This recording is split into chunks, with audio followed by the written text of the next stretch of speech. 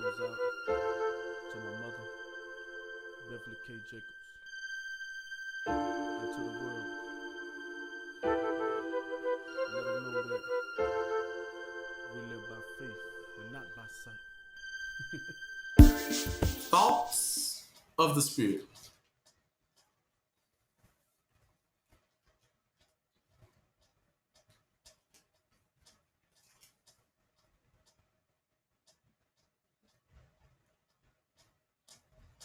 Okay, we got some few things we're gonna go over today to make it to get you to sort of understanding what are the thoughts or purpose of the Spirit, right? Because people are, what is the Spirit and what is it supposed to do, and how do you know if you have it and what, and if anything, what do you know? What is the direction of the Spirit, right? So, and first to understand, let's go to John 10, 7 through 18.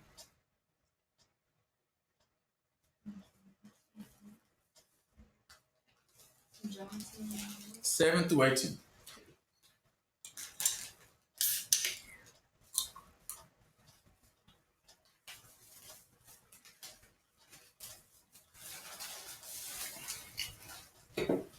Now, piggybacking off of last week, understanding about the sheep and the shepherds and things like that. The two masters, which one are you moved by or driven by, right?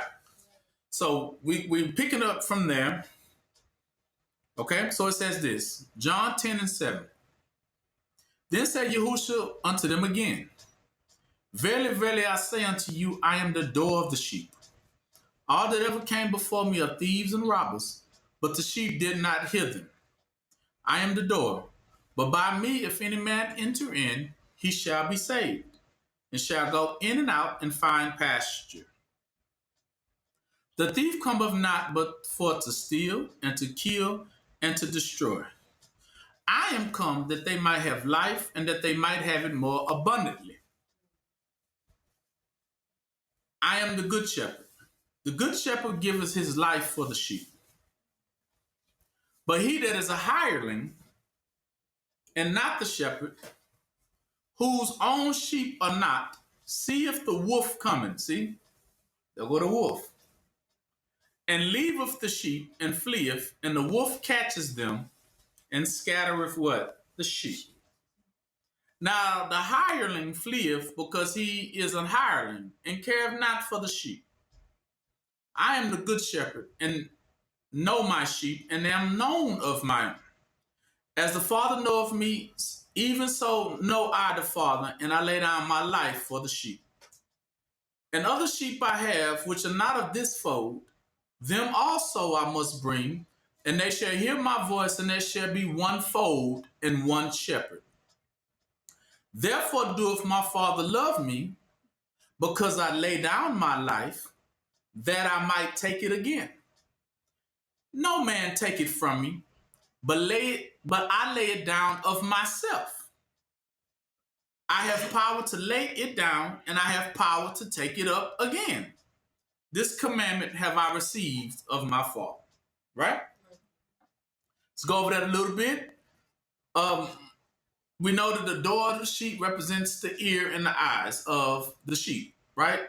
Meaning no one can get to that particular sheep but through the voice of who? Yeah. So it's telling you he's the door. He's the one, the doorway of to your soul. That first, in order to get to the doorway of the soul, they always tell you that the eyes are the doorway to the what? To the soul. The eyes and then the ears. So if you want to reach a person, you have to first be able to reach them visually, and you got to reach them audibly. That's why I said the voice. And the shepherd represents the figure, right? The figure that leads them. Now, he says, now everyone who came said, I am the door, but any man's enter in, he shall be saved. So he's telling you he is the one that opens up the ears of these, or basically the sheep will represent the elect. Now the elect will only hear a certain voice in which that will motivate and drive them and move them to what they need to do, which is the Spirit, of course. It's the Spirit that leads them. They know it. Now 10 says, the thief cometh not, but to steal, to kill, and to destroy. Now, speaking of shepherd, that's what we're talking about right today. We got a good shepherd and we have a what? A bad shepherd, right? Now, these both are supposed to be leaders or guiding, right? But he was telling you that you will always know which one is guiding you correctly according to what is the after effect of their leadership, meaning what is their end goal. So it's telling you now we need to understand spirit and its purpose. What is the purpose of it? Right? That is the question. What is the purpose? Let that resonate within you. When I say purpose, I'm actually meaning to what end? Purpose represents to what end? So that would represent what is the end game? What is the end goal? Right?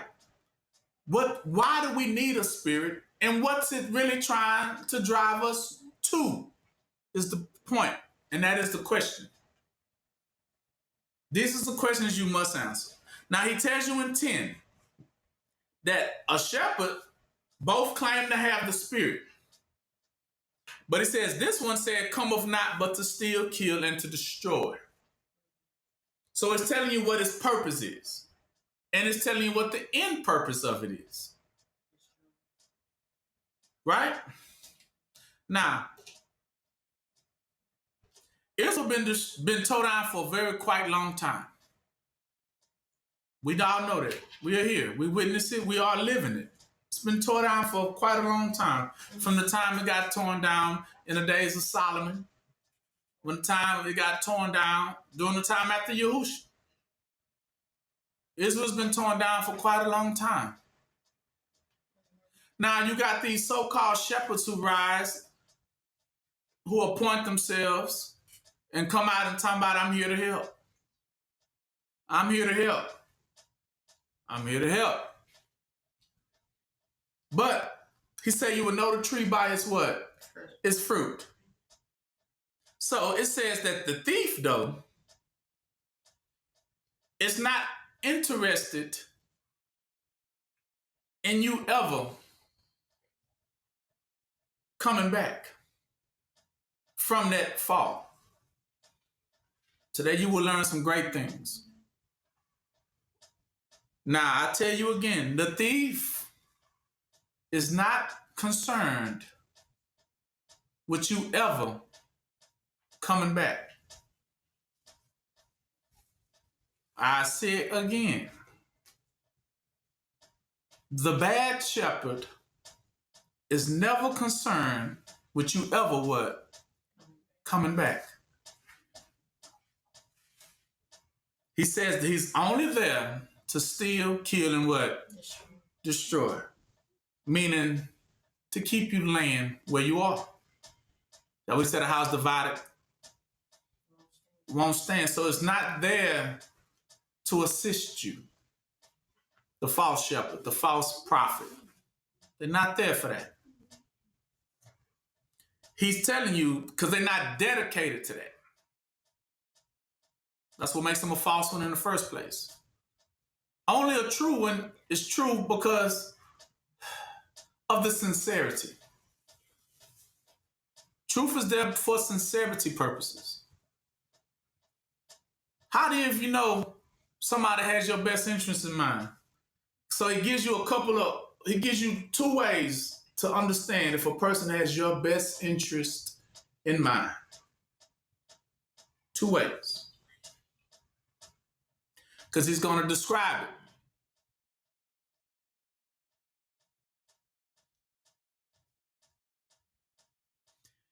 All in this one word. He says, 12. But he that is a hireling and not the shepherd. See, he's telling you that this one is false. It's in the word.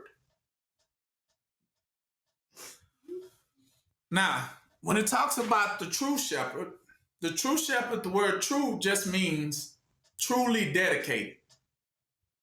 Truly dedicated. This is the instance it's being used. Whenever you truly dedicated to something, what does that mean? you devoted, you put your all into it, that means you really what? Care. You really care. You really care. That's exactly what it means. You really do care. But it's the way you know if they really do care. Because it's in the word. Hireling. Now, when you read the word hireling, it's actually two words. How do you know? Because it's the word hire, and then you have the word ling, L-I-N-G. Well, you say, well, what? Well, according to, let's go to the last word first. It's really two words. You have hire and you have ling. Now, let's go to the first word, hire. What does hire mean? Anyone knows what hire means? H-I-R-E.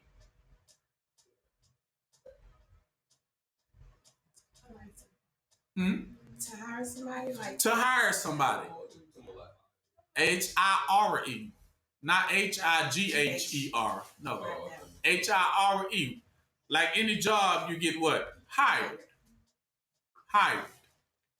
And when you get hired for a position, not for the position. You hired, what does hired mean? to do a job. To do a job. But what is the second part that goes along with it? Once you are hired to do a job, hired means you are paid to do a job. So when you're hired, you're what? Paid to do a job. So that's the first word. Someone who is paid to do a job. The second connecting word is ling. Now that's the one that kind of throws you off because you ain't never heard of a ling before. What is a ling?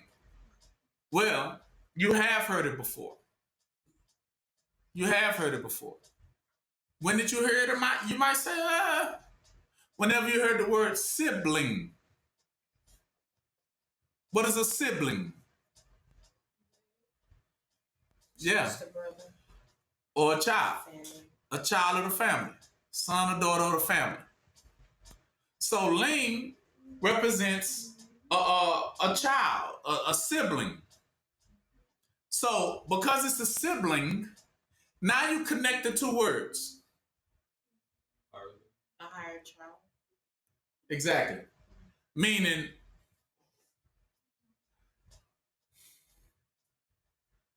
that the ling part meaning that, like you said, they family. Or another meanings for it is that they're married to it. Right? A sibling. By default. So what is the sibling dedicated to? Yeah. No, what is the word we use? What's the first word of ling? We said we broke it down to two words. Hire. So it's only dedicated to what? The hire. The money. The money. Exactly. Hireling means it's only dedicated to the what? To the money. Meaning that's all it cares about. It only cares about the money. For hire. A hireling only cares about, well, how much I'm going to get out of it? How much is you going to pay me for it? How much am I going to get this? When does that check come in? Do I get residuals? Do I get a check before or after I start? Do I get overcompensated? Do I get interest? See, these are the things the hireling wants to know up front. Right? That's all it cares about. So that's why he calls this one a hireling. Posing as a what? A true what? Shepherd. Now, a true shepherd, right, is one that is dedicated. But who is the shepherd? Word shepherd. What is the shepherd job? Take care of what? Take care of the sheep. Now, the difference between this one who's taking care of the sheep and the other one, the hireling, is taking care of the sheep. What is the difference now? One is paid and one is not. Because a true shepherd, as David was, he wasn't paid to do it, first of all. And number two, he gave his life for the what? He protected those sheep with his life. That's what he was referring to right here. The hireling, when he see the wolf coming, it what? Flees. Because it was only doing it for the what? For the money. But it had no true what for the sheep? No true care, no true love. So what it lacked was that it didn't care about the sheep. I would say it didn't care. It truly didn't. But the true shepherd truly what? Cares for the sheep. So like David, when David was a shepherd boy as well, he says before he met Goliath, he ran across a tiger trying to eat the sheep. He fought that tiger, tooth and nail. He said he seen a wolf try to eat the sheep. He fought that wolf what? Tooth and nail. He says a bear came one day and tried to eat the sheep. He said he had to yank the sheep out the bare mouth with his bare hands to protect that what? That sheep. That was why he was chosen to be king of Israel. Because he really truly what? Cared for the sheep. That's why he says, those who say they love, it's no greater love than to give what? Charity. Now, according to the prices, how much is charity? Free. It's free. That's what he meant. So he's impossible to be a true shepherd because he's only doing it because he's getting paid to do it. And he only not concerned about the sheep. Because if they said we're going to stop paying you today, he would, okay, but forget y'all then. Ooh. I'm for hire now. That's what I mean. I'm hired. Hire me. I'll do it. But you're going to have to what? You're going to have to pay me to do it. I'm not going to watch these sheep for free. I ain't nobody. That's what Cain said. He said, where's your brother Abel? What did he say? I am not my brother's keeper. I can care less. Keeper. The word is keeper. What is a keeper? To watch over and keep what? Safe. Keeper means safe. I am to keep my brother what? Safe. And how much should I have to pay you to keep your brother safe? Because why? Should be easy. Huh? Because what, Pooh? Because you're right. Because you love them. That's the whole point. That's the whole point. Who gonna ever say how much you gonna pay me first? Because that's your little brother, you automatically just gonna look out for him because hey, that's my brother. I don't want nothing bad to happen to him. It's my brother. Or it could be your little sister. It's the same thing. Like, well, that's my little brother, my little sister. Of course. I don't need nothing for that, right? Because who gonna sit there as being a big brother, a big sister, and watch something bad happen to him and don't do nothing? But by instinct, right? If you see something, you gonna hurry and jump into what? To action. If it even looks like it's something threatening them, right? You gonna jump into action. Wait, not that one. Not that one. Right, whoa. Hey. Say how Kendrick's do it? Hey. Not that one. Back, right? That's charity. That's love. Because it comes with what? No price. And that's what he said. I'm willing to put my life down for that one. That's what he means. I would die for that. Which he did, didn't he? That's what he meant. I'm willing to lay down my life. And it will cost me nothing. Something like a mother. would get over her baby if something bad was coming down on it, and protect it would give her back to whatever for the safety of what? The baby. And how much they gonna charge her to do that? How much she willing to take for that? And she doesn't, right, she'll take all the pain for that one. And she wouldn't dare ask for a payment afterwards. Well, y'all gonna have to pay me for pain and suffering. No, she would, and be willing to do it again. And be willing to do it again, still with no payment. And not, I'm talking about not even fully healed from the first time. But if she see it happen the next day, oh Lord, my baby, right? How they be, out of a love. That's what he's saying, the difference between this shepherd and that one. Now y'all see it? One does it for money. Therefore, their heart is never dedicated. Their heart ain't fully what? In it. It's not fully in it. That's why he call these types hypocrites. Because their heart is not fully what? Their heart is not truly dedicated to the sheep. They like, well, if I ain't getting paid for it, I can care less what's going to happen to them.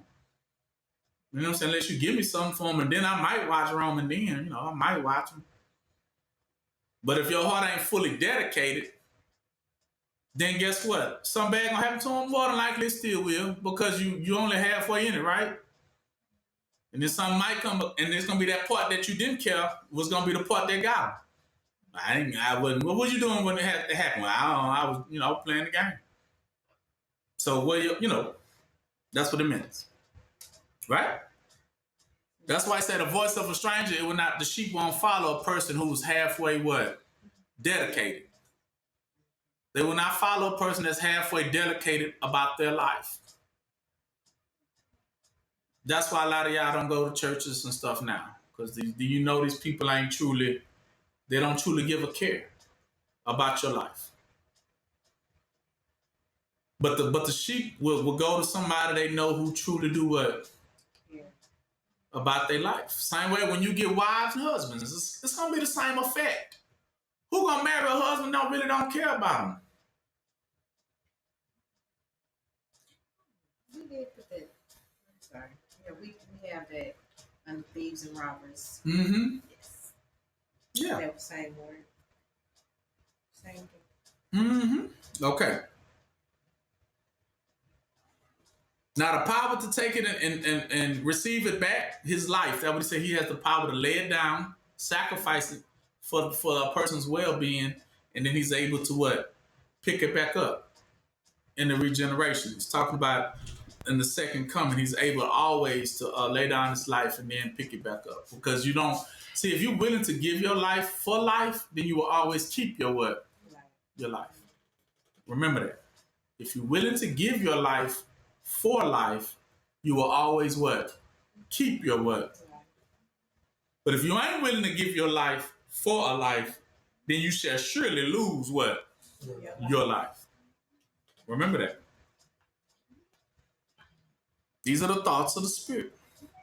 So yeah, they don't have, a hireling doesn't have your best interest in mind. That's what he said. They steal and what? Kill. Meaning, when you're down, they what? They keep you down. Exactly. They add insult to what? To injury. They add salt to the what? To the wound. All right. Go to Luke 19, 12 through 27.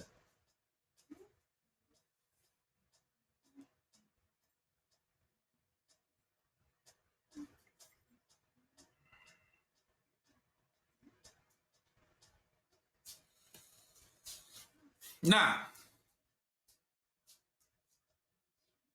we're going to get to what the purpose of the Spirit is for. Matter of fact, we'll go there now. Let's go there so that you can understand.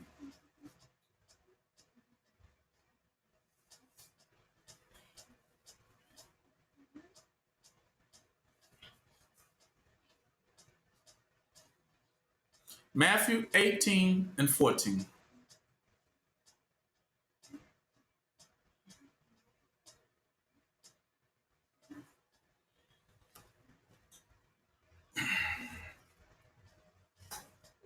For anybody that think they know what the Spirit's purpose is, if then you don't know this.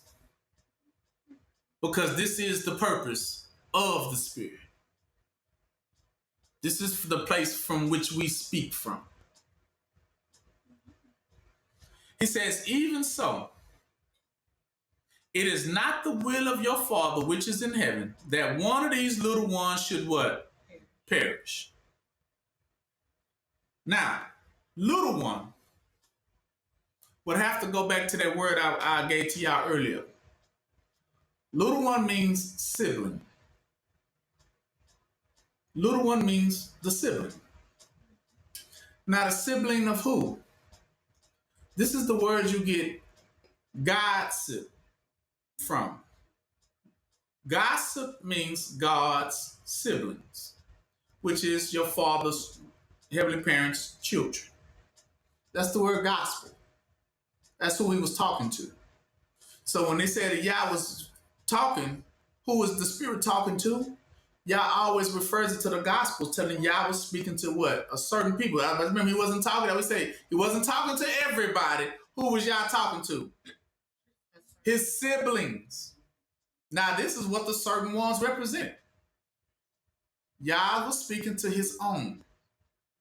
That's why I say the voice of, they know his what? His voice. Yah was not speaking to randoms. Never was. He was speaking to them who knew his voice because they were truly what? Siblings. How do you know that those were Yah's siblings? Because he called them sons and what? Daughters.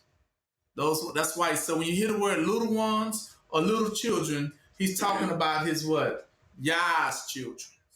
And not everyone is Yah's what? Child. Because he says he knows if you hear his what? The voice. We know that the voice is a voice of charity. It speaks from that place. It speaks to me because it comes from a place of caring. It comes from a place of love. I do give a damn about your soul. That's what it's speaking from. But right here, it says this one, and even 14 agrees. What does it say? Even so, it is not the will of your Father which is in heaven that one of these little ones should what?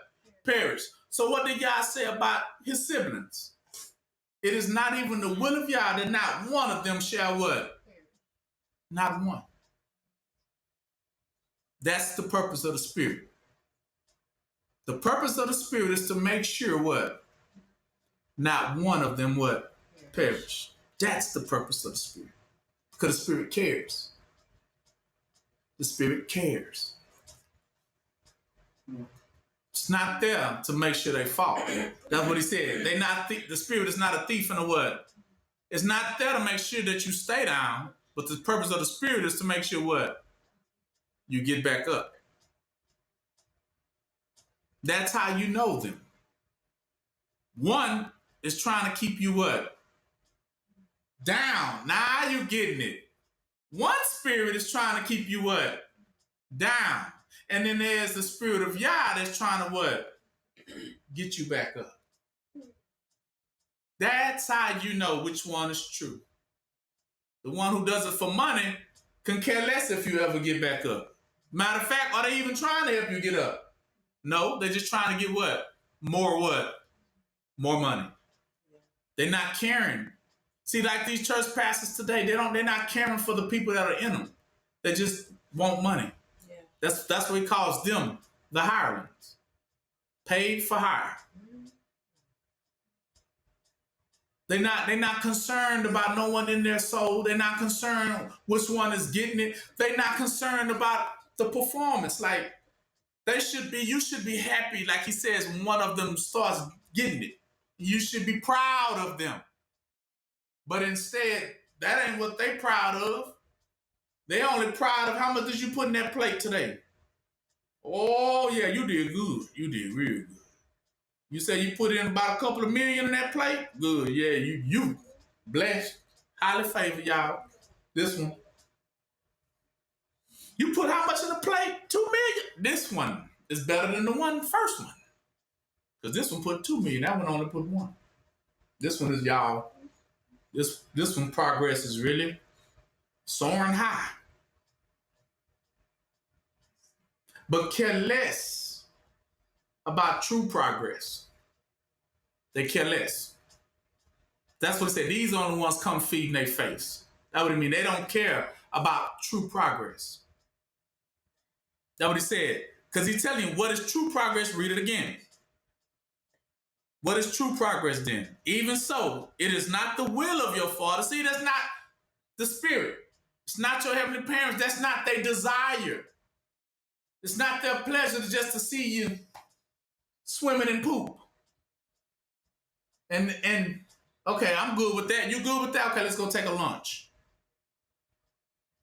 You good with that? I'm cool with it. To see you just swimming in poop. Okay. Yeah. Anybody gonna throw them a light? No, we're not doing it. They good. They be all right. I'm hungry. I'm famished. What you want? You know, what we doing today for lunch? It's on them anyway. They just pay their tithes.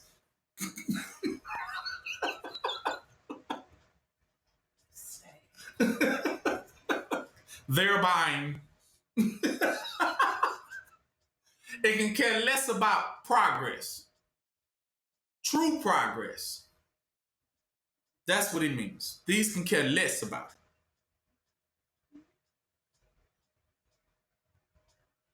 it. All right. Now you're going to understand. Go to Luke 19, like we said at first. And now we're going to go to 12 through 27.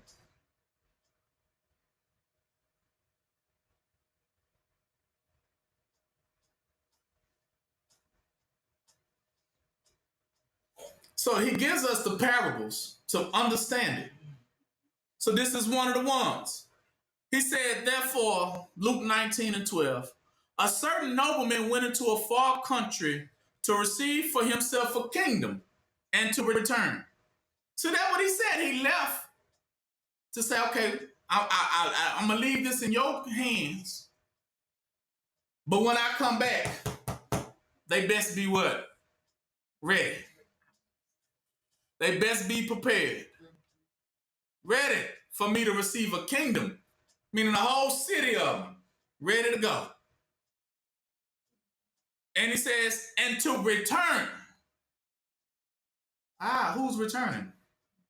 Yeah. Returning to what though? He's returning back to his children, but not only to return back. He's talking about to return them back to their former glory from whence they fell. So he's telling them when I come back, they should be well off, ready. They shouldn't still be in that disadvantaged state by the time I make it back. That's why I say nobleman. Nobleman means he's already the chief commander, the rich one. So, but he decided to leave it into the hands of a few people who were supposed to have been well enough and capable and endowed to do the job. The shepherds, he's a bigger shepherd. He gave it into the hands of smaller shepherds.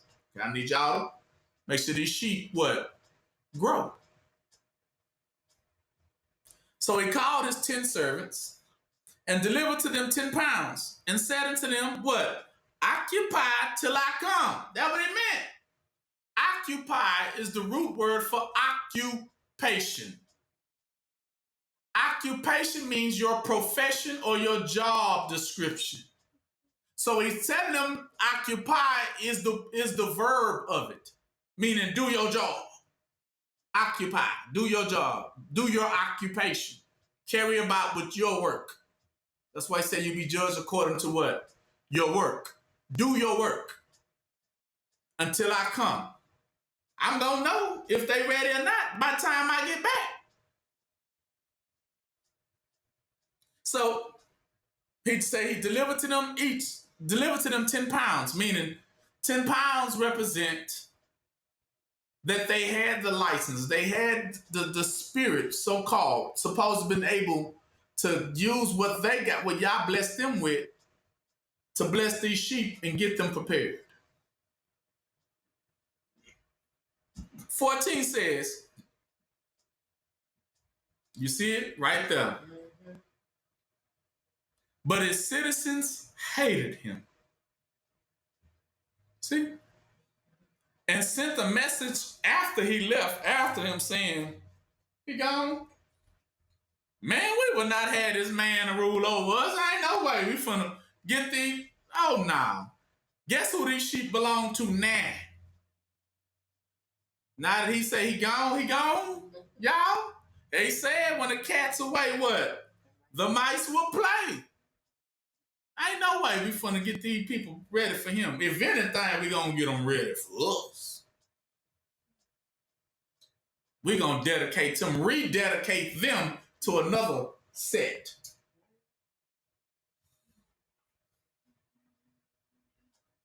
So basically, those 10 servants had already decided in their heart they wasn't finna do it. See, these are the ones who always go to y'all and say, y'all, what you want me to do?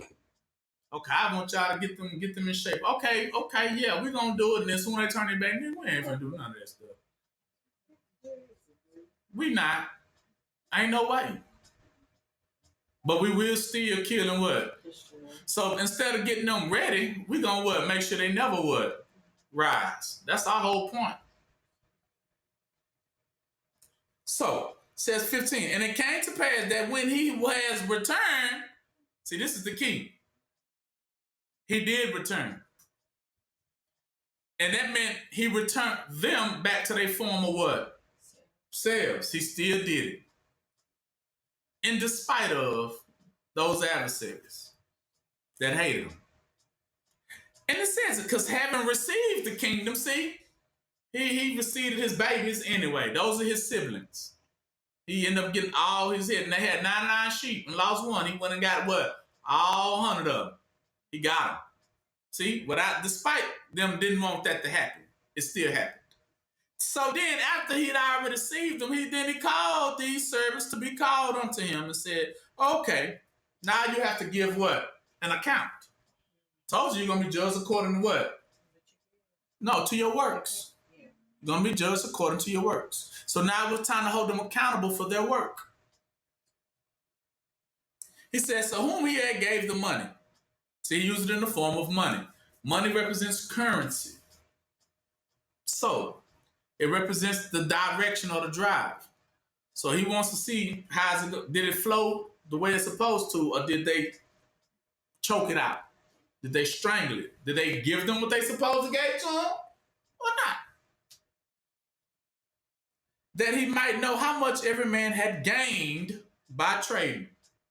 Right?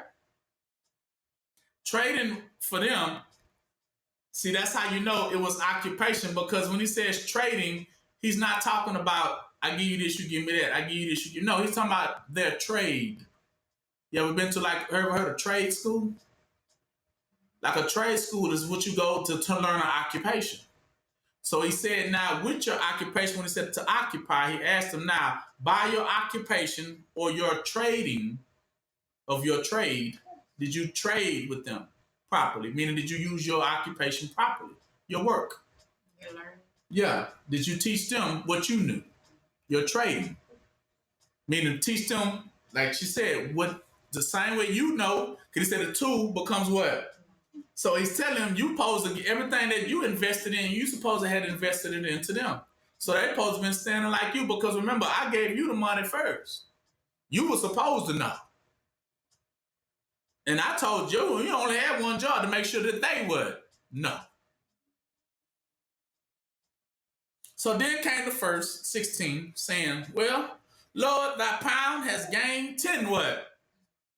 So he's telling right then and now that not only did he speak the truth was so profound through this one that his trading gained 10 more what? 10 elect. This one went out and gathered 10 elect unto Yah. 17, and he said unto him, well, thou good servant, see? Because thou hast been faithful unto very little, hast thou authority over 10 cities. You see that?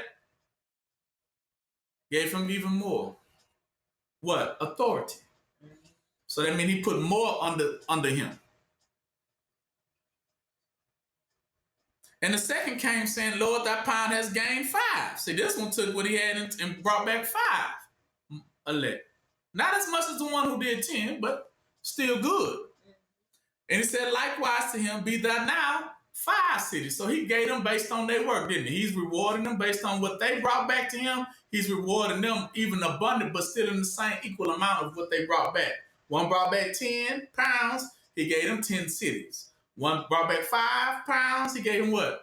5 what? Cities. So you see how the multiples gathered back?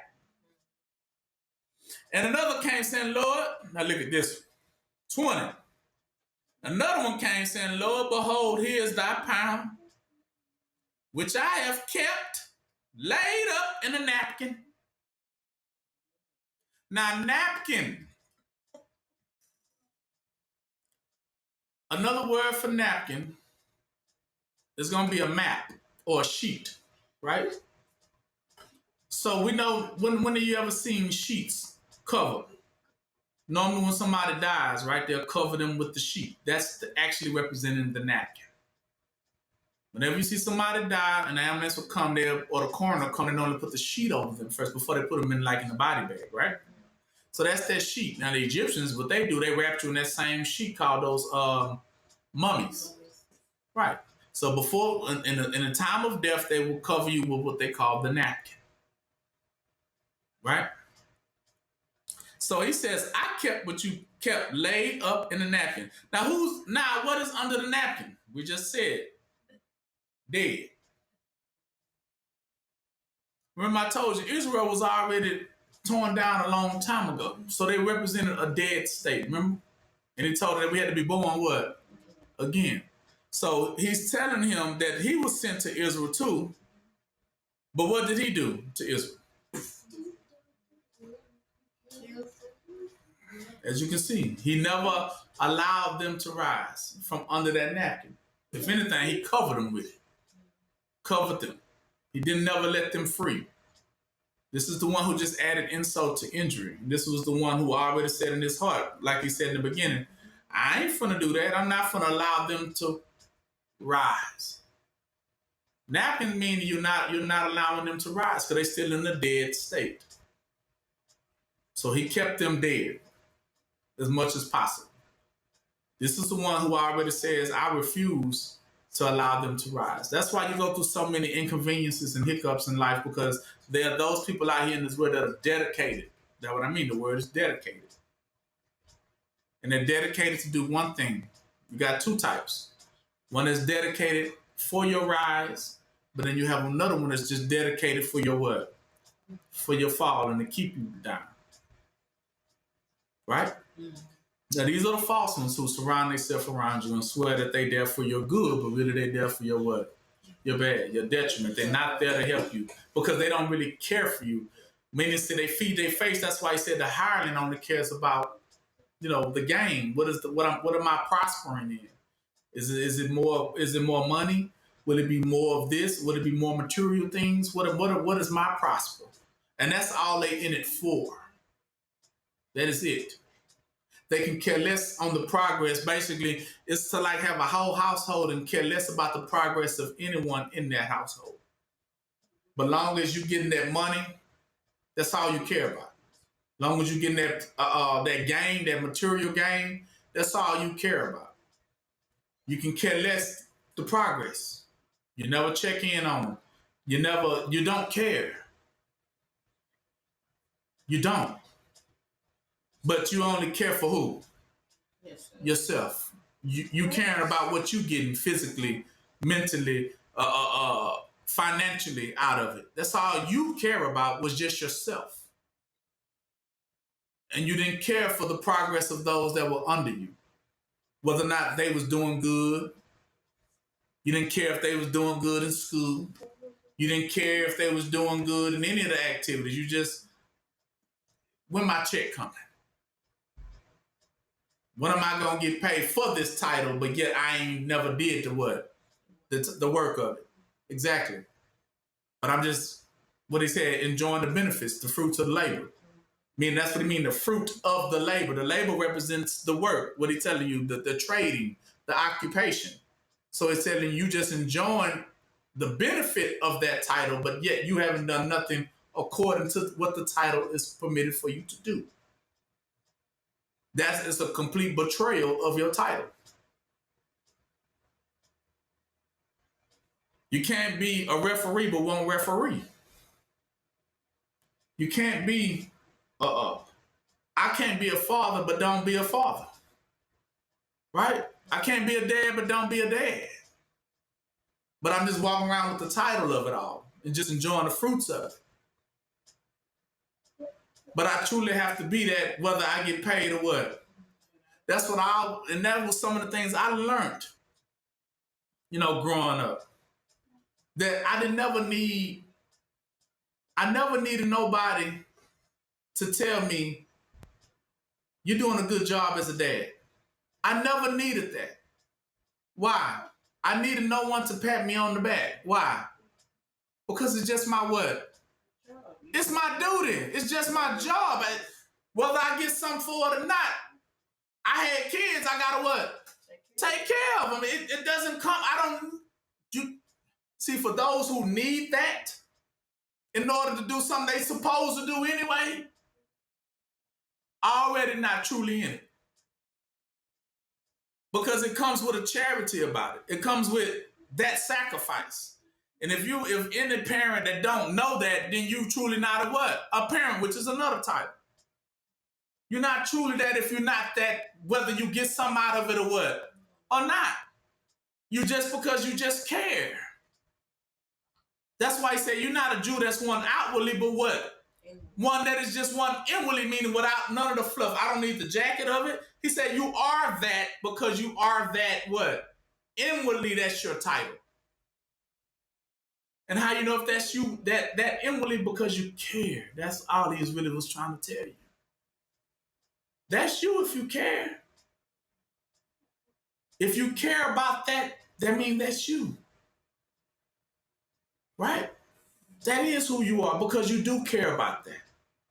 It's not because someone gave you a name tag to say you that. Many people get so many jobs and name tags and don't care about none of that stuff. But just as how much they gonna get. Those are people who don't care. That means, therefore, 100%, that's not them. That is not them. It's proven. Because if it's you, you can do it whether you get something or not. Then we know that's you. That's who you are. When they always talk about that's your calling, callings always, from what I learned, callings always has started for free. If that's your calling, because you just had a love for it, you had a passion for it. You did it before anybody even tried to offer you 1 cent for it. You were just doing it. You just found yourself doing it and enjoying it, the work of it. Like, man, I can do this all day in my sleep. I actually enjoy it. So you got to enjoy it. You got to have a passion for what you do if that's truly who? You and who you are. Exactly. But if you don't have a passion for it, whatever occupation it is, that's because you're lying. That's what they call false prophet, false shepherd, false teacher is those that ain't, because they ain't put their whole heart into it. And that's why he described it real clear about how do you know if a person put their whole heart into it? Well, the key was would they do it without pay? And still show that same passion, that same drive, that same desire, that same, waking up in the morning without the alarm going off, push. But they still get up dedicated with the joy, the same smile as of day one. That's passion. But people walk around all day with these titles, but have no passion to go behind the title.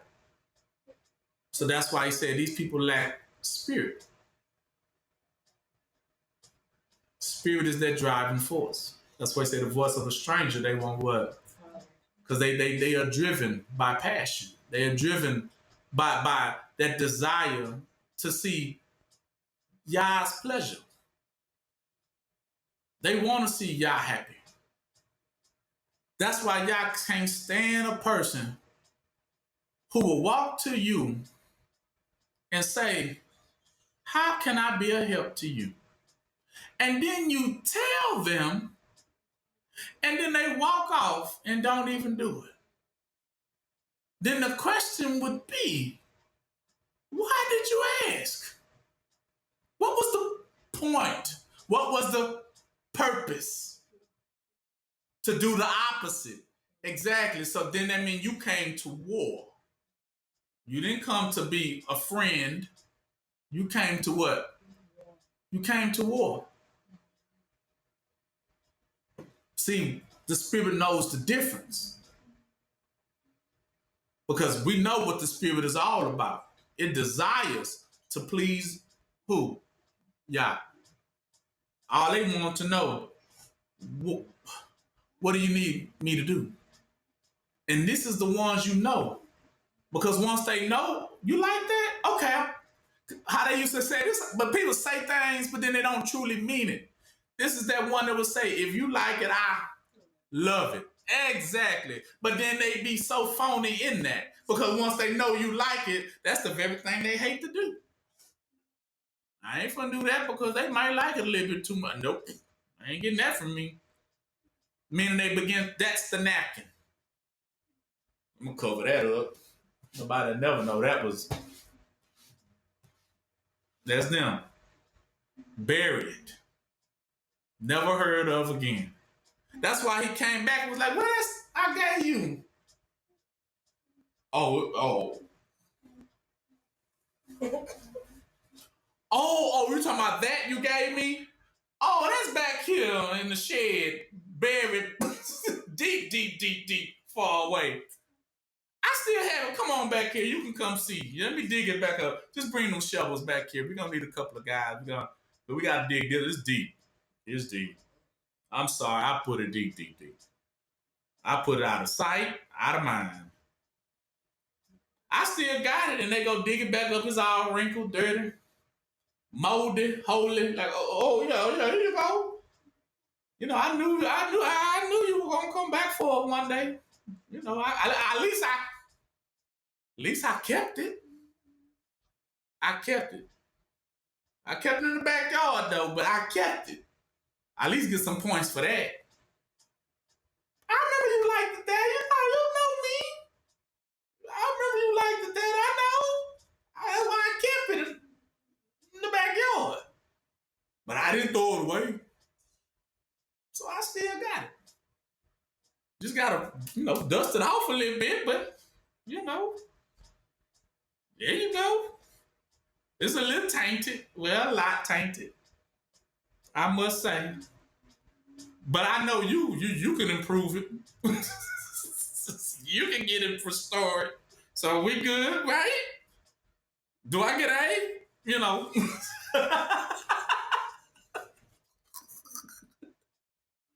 Exactly. That's how y'all see how people approach y'all like that.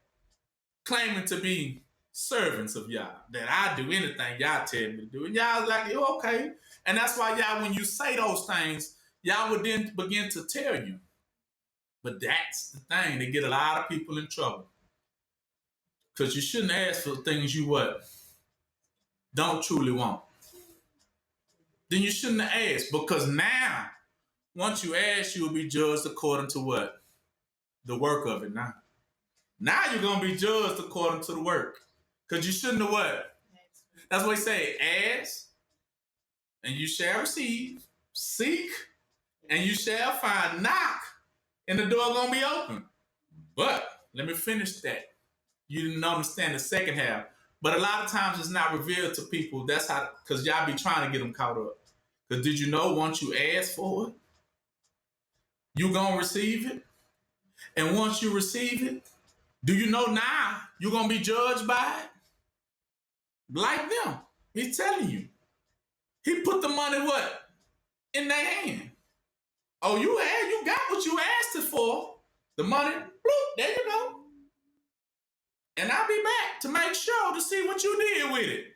Meaning you asked for the information, you asked for the intel, didn't you? You wanted to know what'll make you happy. Just you tell me. My ears are open. And then, yeah, they come back. Like, okay, let's see. Did you become like everything you asked it for? Right? And guess what happened? For a lot of them. Empty-handed. Shaking their head like, I don't know what happened. I don't know what happened. I tried. I really did. I put. What you asked me to do? Get what you talking about? Yeah, they forgot everything. But it's done like that. That way y'all will have something to judge you by. Did you know that? So that's the second half of that. It's called wisdom. Y'all gives you the wisdom, you're not supposed to abandon it. You asked for it. It's yours. Those things do belong to you. But once you ask for it, you must obtain it. It's the truth. Or y'all will judge you for it later. The same way, how you know it's so true? Because of Moses. Yeah, once he went to the burning bush, he was told to him what he needed to do. He got the intel, he had the information, and he was empowered with it. He went off to go save Israel like he's supposed to do. Supposed to bring him up and nurture him and do everything right by him according to what he knew. The intel that was given. You asked for it. And how did he get in trouble? When he began to start failing to what? To do it. That's how y'all get you. You don't want to know it, don't ask. That's why they always tell y'all that this is where they get that term, ignorance is bliss. This is where they get that from. Because the devil knows. Man, just don't, everybody get that la la la, I want to hear it. Because if I hear it, I know I'm going to have to what? Honor it. See, I know if I hear it, then I'm going to have to honor it. Right? I asked for it, I'm going to have to what? To do it. I said it, I got to perform. Right? Devils know that. That's why they don't ask for it. I ain't asked for it. I know. That's why he said a lot of people are scared to approach y'all. That's what that means. They are scared to approach because they know what they're going to hear. And it's going to be something they don't want to what? Yeah. So that's why they don't want to approach. I ain't going on. That's what they call these, the what? Obedience. They ain't. But the only thing disobedient does is stirs up the wrath of y'all. Disobedient meaning you knew what to do. That's the key. Disobedient meaning I gave you a command, did you honor it? This is how you're going to get caught. I'm telling you now. It's how you get caught with y'all. You say, man, one day, I'm going to tell you some of the simplest things we ask for. One day I want to be a mother. I want to have kids. I want to have 3, 4. Yeah, okay. Somebody, y'all listen. Okay, that's what you want, huh? Boom, granted. But then, in the thick of it, let's say 20 years or so done passed, you in the thick of it. Now, you kind of shake your lip. I don't know about this. This might not have been a good idea. I want out. But you, exactly. Yah gives you everything you ask for. That's why he tells you to be careful what you ask for. Because you just might what? Get, nobody say because you just might get it. And then what you gonna do with it once you got it? Same thing. I catch a lot of people say, I want me a good woman or I want me a good man. And then once they get it, now it's issues concerning on how to maintain it. But you asked for it.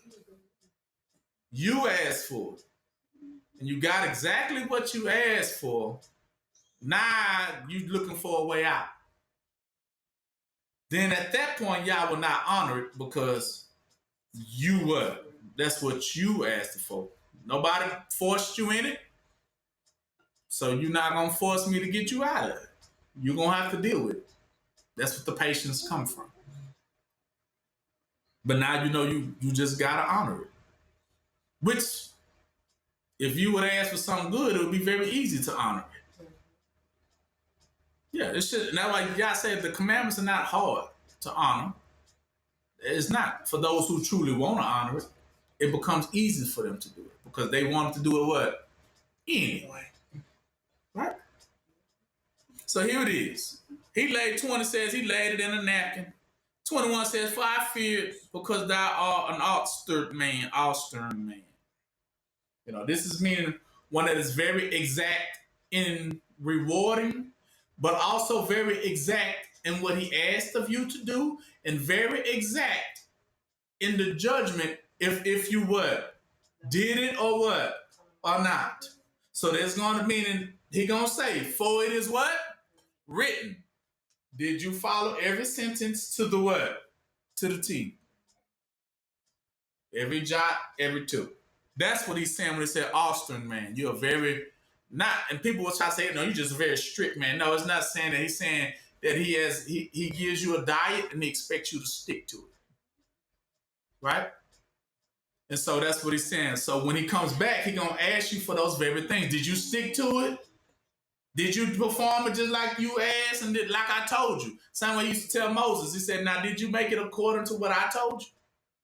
That's what he meant. Did you do it according to what I told you? Are you a man of your word? Exactly. Exactly. Are you of your word? Or even better, are you of Yah's word? Right? So this one says, thou takest up that thou layest not down, see, and reapest that which you did not sow. So he even saying, you so cold, you can put out one and still reap what? 10 back, instead of just getting that 1 for 1. He said, your stuff is able to not just get 1, but when it's time to take it back, it comes with even more. It comes with interest. That's what he's saying. It always comes back with what? Interest. He can give, if he give you $5, it's gonna come back $20. Meaning souls. That's what he said. I give 1 soul, how many end up returning back? Many more. That's what he means. He's be fruitful and what? Multiply. That's what it meant. Your stuff always multiplies in number. And he said, meaning you reap where you didn't even sow, meaning, and then you end up getting people that then you ain't even try to get, and they be joining. Like, I want to be with it too. But you weren't even aiming at them, right? You come to get 1 soul and end up getting what? 10 souls out the room. That's what he's saying. Even though you ain't come for, you end up getting. So 22. So, of course, all of this is true. Why he want to say it now, but it is true. So y'all say unto him, out of your own mouth will I what? Will I judge you now? Why he said out of your own mouth? Because you asked for it and you confessing it. That is exactly how it goes. What I give, I expect what? I expect a return. Exactly. So I'm not, that's why he said his word don't go out and come back what? Void or fall upon deaf ears. That's what he's telling you. It doesn't do that. Don't ask for something if it's just gonna fall on the what? A deaf ear. That's what he means. If he tell you something, he expects you to what? To make good on it. That's the key. Make good on it. Don't say I do whatever, and then when that whatever comes, it's complicated. Nah, you said. You asked it for it, and nothing is complicated with Yah. With Yah, all is what? Yes. Yeah, that's what he's telling you. What's complicated? It wasn't complicated when you asked.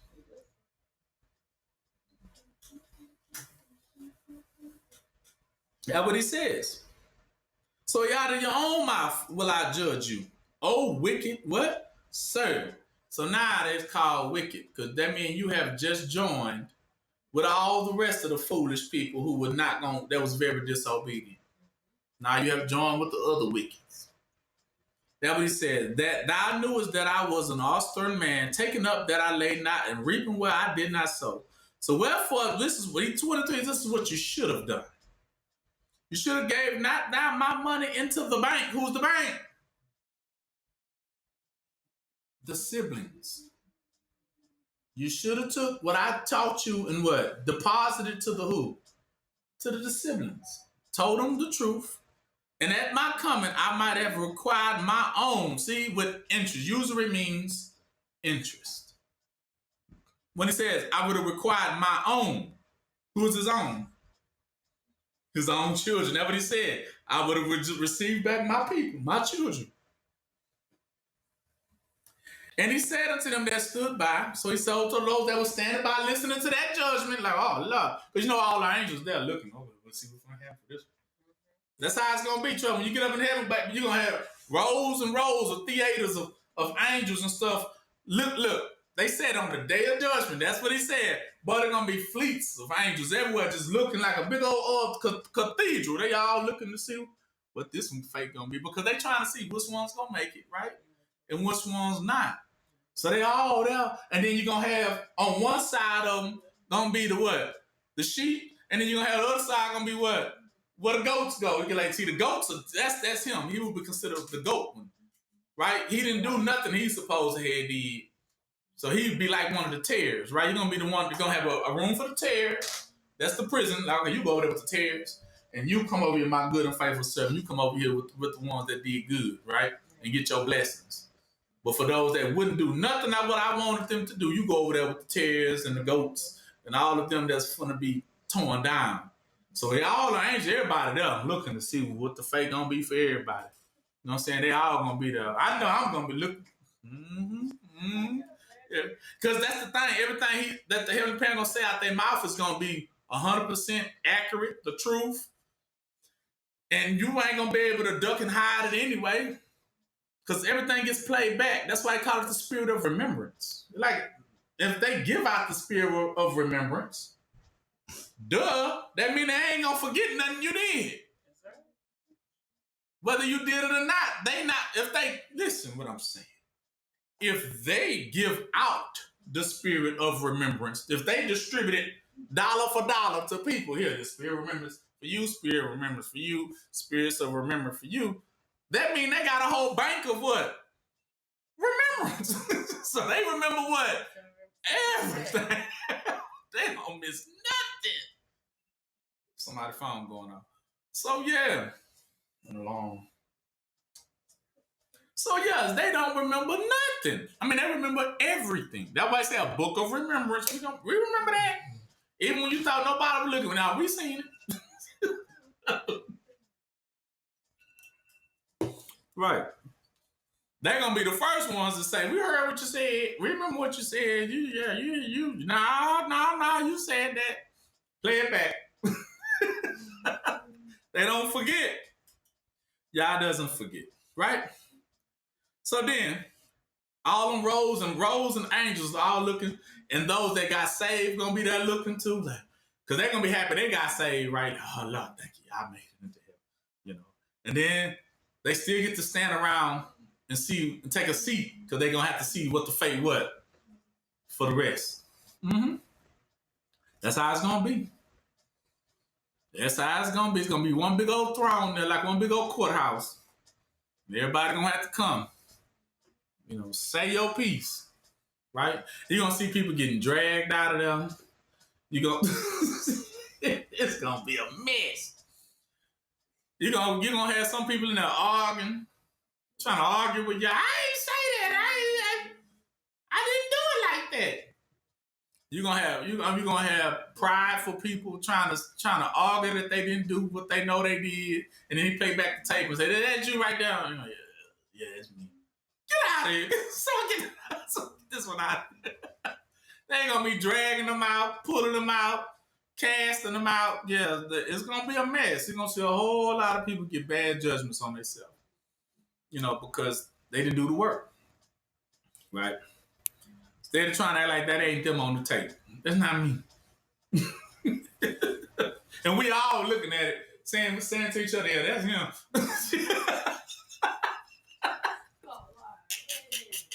And even worse, how you gonna lie to Yah on the last day? You know what I'm saying? It's like, ain't no point of lying, bro. You already caught. At least anything, I would have been like, yeah, you got me. You know what I'm talking about? Yeah. You know, have mercy on my... That's what you're supposed to be like. Have mercy, please. But instead of talking crap, like, nah, that ain't me. I tell you, on the day of judgment, it's going to be a mess for a lot of people. So, yeah, even after you get your judgment, on the day of judgment, you're going to sit down because you made it. But you're going to watch the judgment of everyone else that come through there. And it's gonna be crazy. You're gonna be thankful, so thankful that you made it, but then you're gonna see why some people didn't make it and everything. And it's gonna be crazy. Like I said, they're gonna be dragging some. It's like a big old courthouse. They're gonna be dragging them out of there.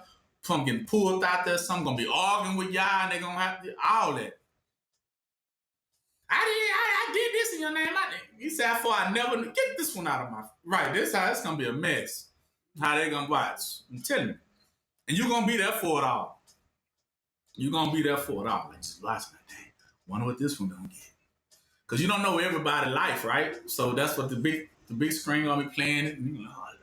It's like going to a whole stadium. Yeah, it's like a courthouse, but it's like a stadium. So all the angels be there. You're gonna be there. Those who didn't make it gonna be there. Those who did make it gonna be there. The devil gonna be there. Everybody gonna be there. But everybody gonna be chained down, and everybody looking at everyone's fate and judgment. You know, and some of them be thinking they finna get in, and I ain't finna get in. Yeah, it's gonna be a mess. It's gonna be a mess, but you're gonna be there for it all. Like wow. And then so you're gonna be these near misses. Man, I thought that one at least could have made it. I thought I would have thought. Yeah, I'm like, nah, come on. It's gonna tell you because he said he's a very exact. Heavenly parents are very exact. That's why they say for it is written. It's very important you remember for it is written, meaning that to what is said to every dot. I always say every dot. Dot all your I's and cross all your T's. That's why they say that, meaning you better make sure you did everything according to the letter of the law. Everything that's written, make sure you do it. You perform it like that. That way you get that credit. Right? That would say don't add nothing to it, what? And don't take nothing away from it. That way you can get your credit. You get your credit. Come on, my faithful servant. These are the ones who did what I asked them to do. And for y'all who didn't, who came short of it, couldn't do it, had complications. This one said I had too much going on. I'll let you go over there. I was busy. Okay, you go over there. Go be busy with them. All right? That's what he said. For he says. So then he told all those that were standing around, right? He says, take from him the pound and give it to him that had 10 pounds and 24. And they said it to him, so even the angels like, man, Lord, this one already got 10 pounds. You said give him. And the Lord said, for I say unto you, everyone which shall be given to from him that have not, even that he has, shall be taken what? Away from him. So even what that person had at that point, whether they had whatever gift, not the gift, I correct, because the gift is never taken. Because you get judged by it. That's the treasure. That's the gift. You asked for it, I told you. The gift doesn't go away because the word of Yah cannot die. But you, because you didn't honor that word, you gotta perish. But the word will still be there. Like, and that meaning that same word, because it doesn't die, what he said. Now give that to that one who has what? 10. Because that word doesn't die, it doesn't perish. So it's just given to one who will what? Honor it. Right? Mm-hmm. But he says, now, 27. But those my enemies, which would not that I should reign over them, bring them hither and slay them before me.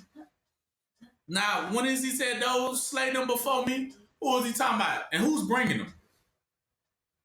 Remember Nimrod and them? Yeah, that's who bringing them. The wolf out, yeah, they say, now bring them hither and slay them before me.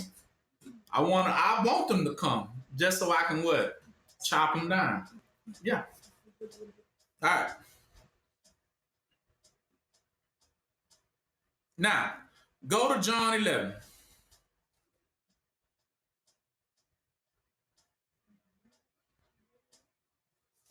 Now, there was a certain man was sick.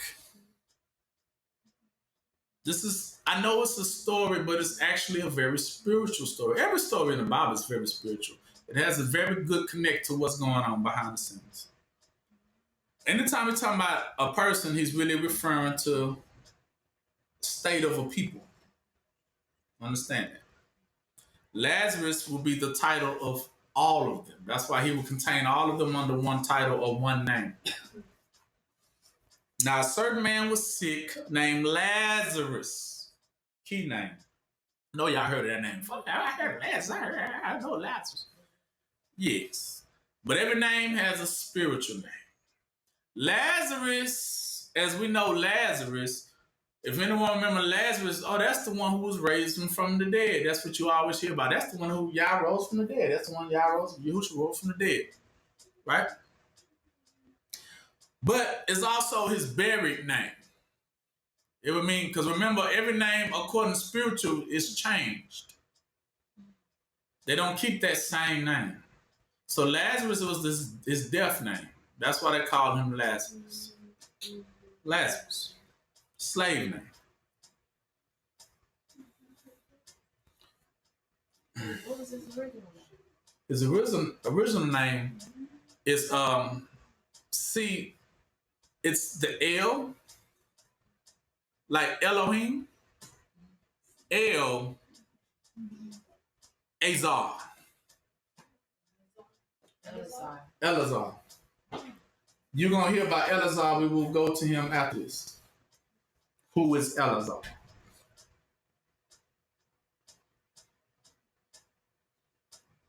Of Bethany, the town of Mary and her sister Martha, it was that Mary was anointed.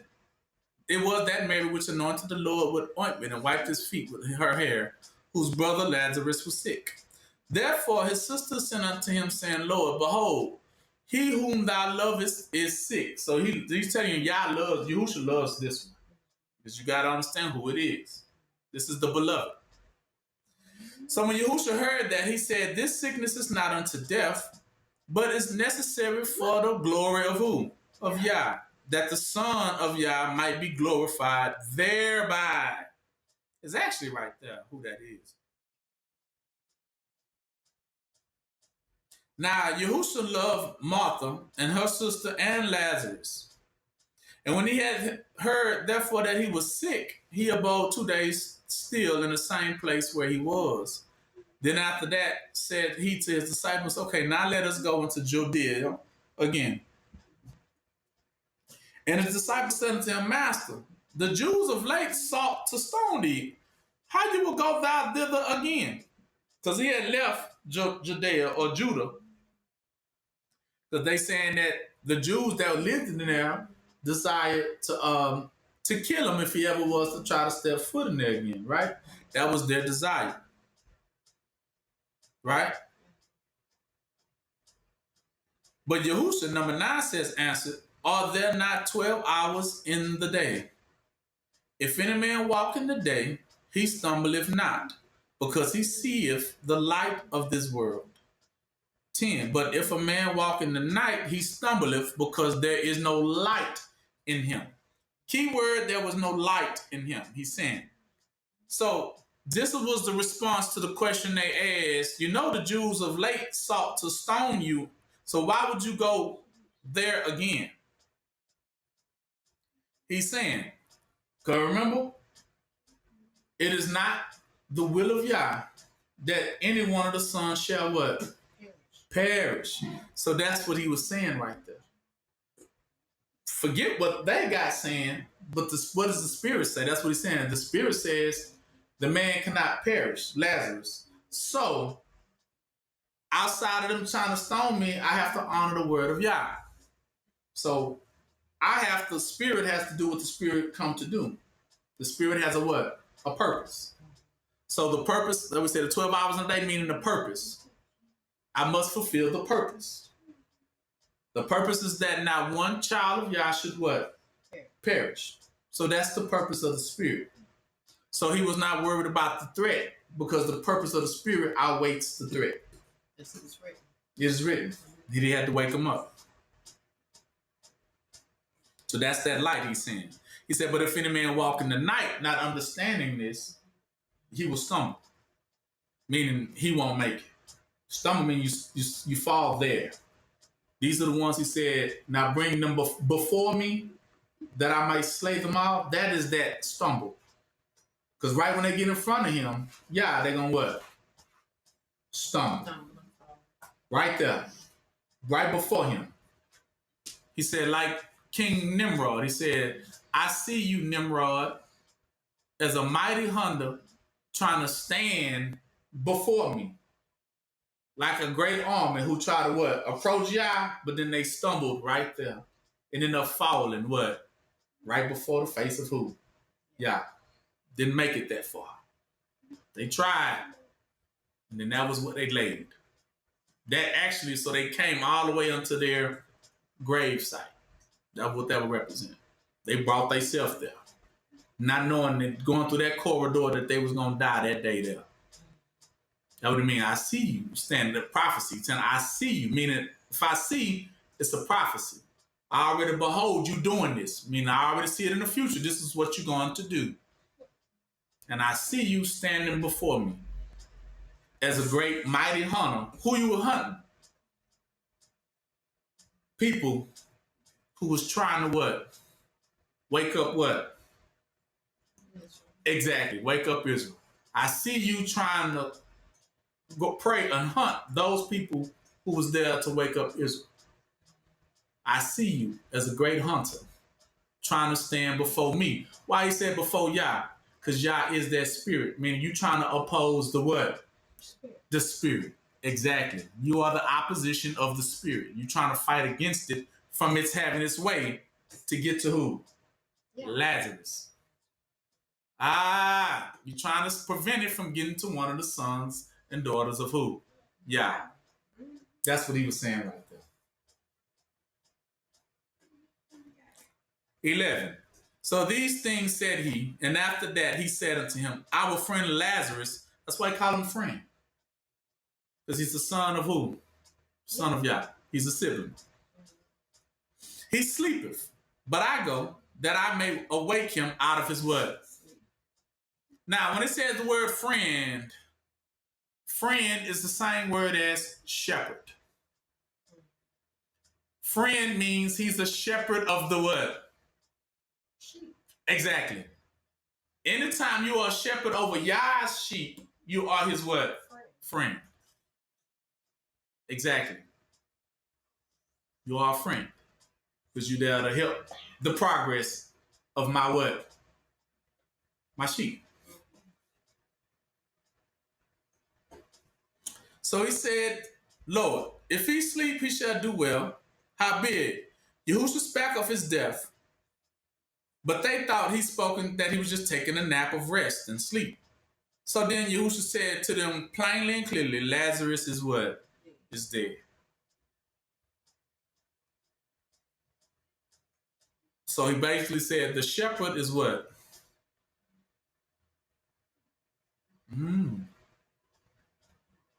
15. And I am glad for your sakes that I was not there, to the intent that you may believe. Nevertheless, let us go unto him. Then said Thomas, which is called Didymus, unto his fellow disciples, let us also go, that we may die with him. Then when Yahushua came, he found them that he had lain in the grave 4 days already. Now Bethany was nigh unto Jerusalem, about 15 furlongs off, and many of the Jews came to Martha and Mary to comfort them concerning their brother. Then Martha, as soon as she heard that Yahushua was coming, went and met him, but Martha sat still in the house. Mary did. Then said Martha unto Yahushua, Lord, if thou hadst been here, my brother had not died. But I know that even now, that whatsoever thou wilt ask of Yah, Yah will give it to you. Yahushua said unto her, thy brother shall rise what? Again. He's giving a prophecy. Martha said unto him, I know, you're right. He shall rise again in the resurrection at the last day. Yahushua said unto her, though, much rather what? I am the resurrection and the life. What day? This day. I know you talking about the last day, but this resurrection finna take place what? To this day. So he that believe in me, though he were dead, yet shall he what? He live. And whosoever liveth and believeth in me shall never die. Believe thou this? She said unto him, yes, I believe that you are the Messiah, the son of Yah. See, declared it too that he was a what? A sibling of who? Yeah. Of Yah. Son also means shepherd, which should come into this world. And when she and come to what world? To come into Israel, exactly. To be the light of Israel. And when she had so said, she went her way and called Mary, her sister, secretly, saying, the master is come and calleth for thee. And as soon as she heard that, she arose quickly and came unto him. Now Yahushua was not yet come to the town, but he was in the place where Martha met him. Then the Jews which were in the house and comforted her, when they saw Mary, that she rose up hastily and went out, they followed after her, saying, she goeth unto the grave to weep there. Then when Mary was come where Yahushua was and saw him, she fell down at his feet, saying unto him, yes, if thou hadst been here, my brother had not died. So when Yahushua therefore saw her weeping, and the Jews also weeping, which came to her, he groaned in his spirit and was troubled. Also, this is what they said, and Jesus wept. And he said, where have they lain him? And they said unto him, Lord, come see. Yahushua wept, see? 36. That is the shortest scripture in the Bible. Then said the Jews, behold, how he loved him, see? And some of them said, could not this man which opened the eyes of the blind have caused that even this man should have not died? Because they know who Lazarus was, spiritually. Saying, how could he let someone whom he loved so much die? Meaning the one who he cared for, what? So much. His friend. Yahushua therefore again groaning in himself, come to the grave, and it was a cave, and a stone lay upon it. Yahushua said, take ye away the stone. Right? That's the hardening of their heart. Martha, the sister of him that was dead, said unto him, Lord, by this time he stank. For he been there dead 4 days. Yahushua said to her, said I not unto thee that if thou wouldest believe, thou shalt see the glory of Yah? Then they took away the stone from the place where the dead was laid. And Yahushua lifted up his eyes and said, Father, I thank thee that thou hast heard me. And I knew that thou hearest me always. But because of the people which stand by, I said it aloud, that they may believe that thou hast sent me. And when he had thus spoken, he cried with a loud voice, Lazarus, come forth. And he that was dead came forth, bound hand and foot with what? Grave clothes. And his face was about with a what? Nap. So that let you know exactly what that was. Yahushua said unto them, loose him and let him go. Now, who was he talking about when he say loose him? He's not talking to those that were standing by. He's talking to the angels and the demonic spirits that was holding him what? Down and captive. And said, release him. Let him go. The spirits. The spirits. You see that? Then many of the Jews which came to Mary and had seen the things which Yahushua did believed on him, but some of them went their ways to the Pharisees. You know, they had to go tell it. Man, they're raising people from dead. And they told those things Yahushua had done to the Pharisees. You know, they haters. See, these are the napkins. These are the ones that do be trying to cover you up. They gathered the chief priests, that's all of them, and the Pharisees of counseling and said, what do we do? What do we? For this man doeth many miracles. So now they question, they say, man, what we out here doing then? He raising the dead. And they said, this is crazy, because if we leave him alone, meaning that if we don't try to stop this, he gonna do some great things. So all men will believe on him, and the Romans shall come and take away both our place and nation. So who did they say had gave them their titles? The Greeks, the Edomites, the Romans.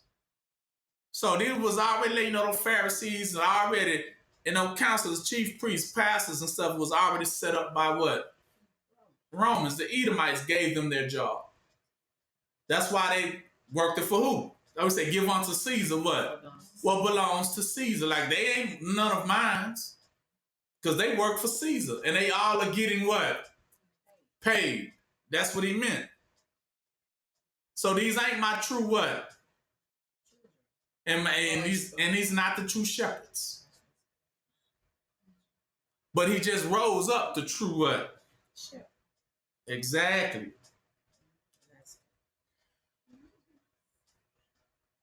The one that would care.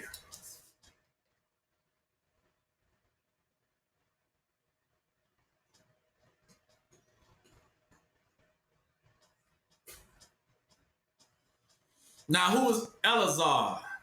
Y'all want to know. Eleazar was the same priesthood that slayed the Midianite woman who was in the tent with the Hebrew man, remember?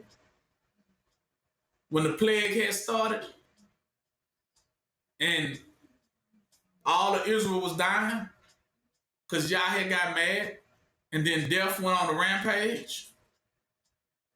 And the only way he could stop it was what? He said he seen a mixed breed woman coming in there with one of them Hebrews, and he went into the tent and did what to him?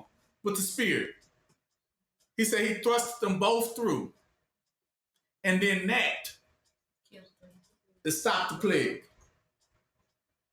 Because they had mingled and brought in the cursed with the uncursed and tried to mingle them to what? And the only way to stop it was to kill the one that's already cursed, because the woman by herself was already cursed. This is what they call the burnt offering. She's already cursed. And the Hebrew man who has joined himself unto her is the sacrifice. Because now he done sacrificed himself to something that's already abominable. So he's two-faced. So he had to kill what? Both the cursed and the what? Two-faced one. You kill both of them, thrust them through, that pleases Yah. And he stopped the plague. Because he said it's not permitted for no evil to even touch the sheep. Then he was found to be what? The true what? True shepherd. True shepherd of the sheep. Wisdom of Solomon 18 in the Lost Books.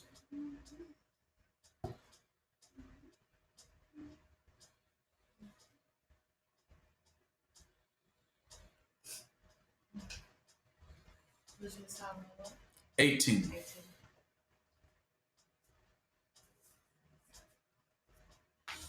Nevertheless, the saints had a very great light.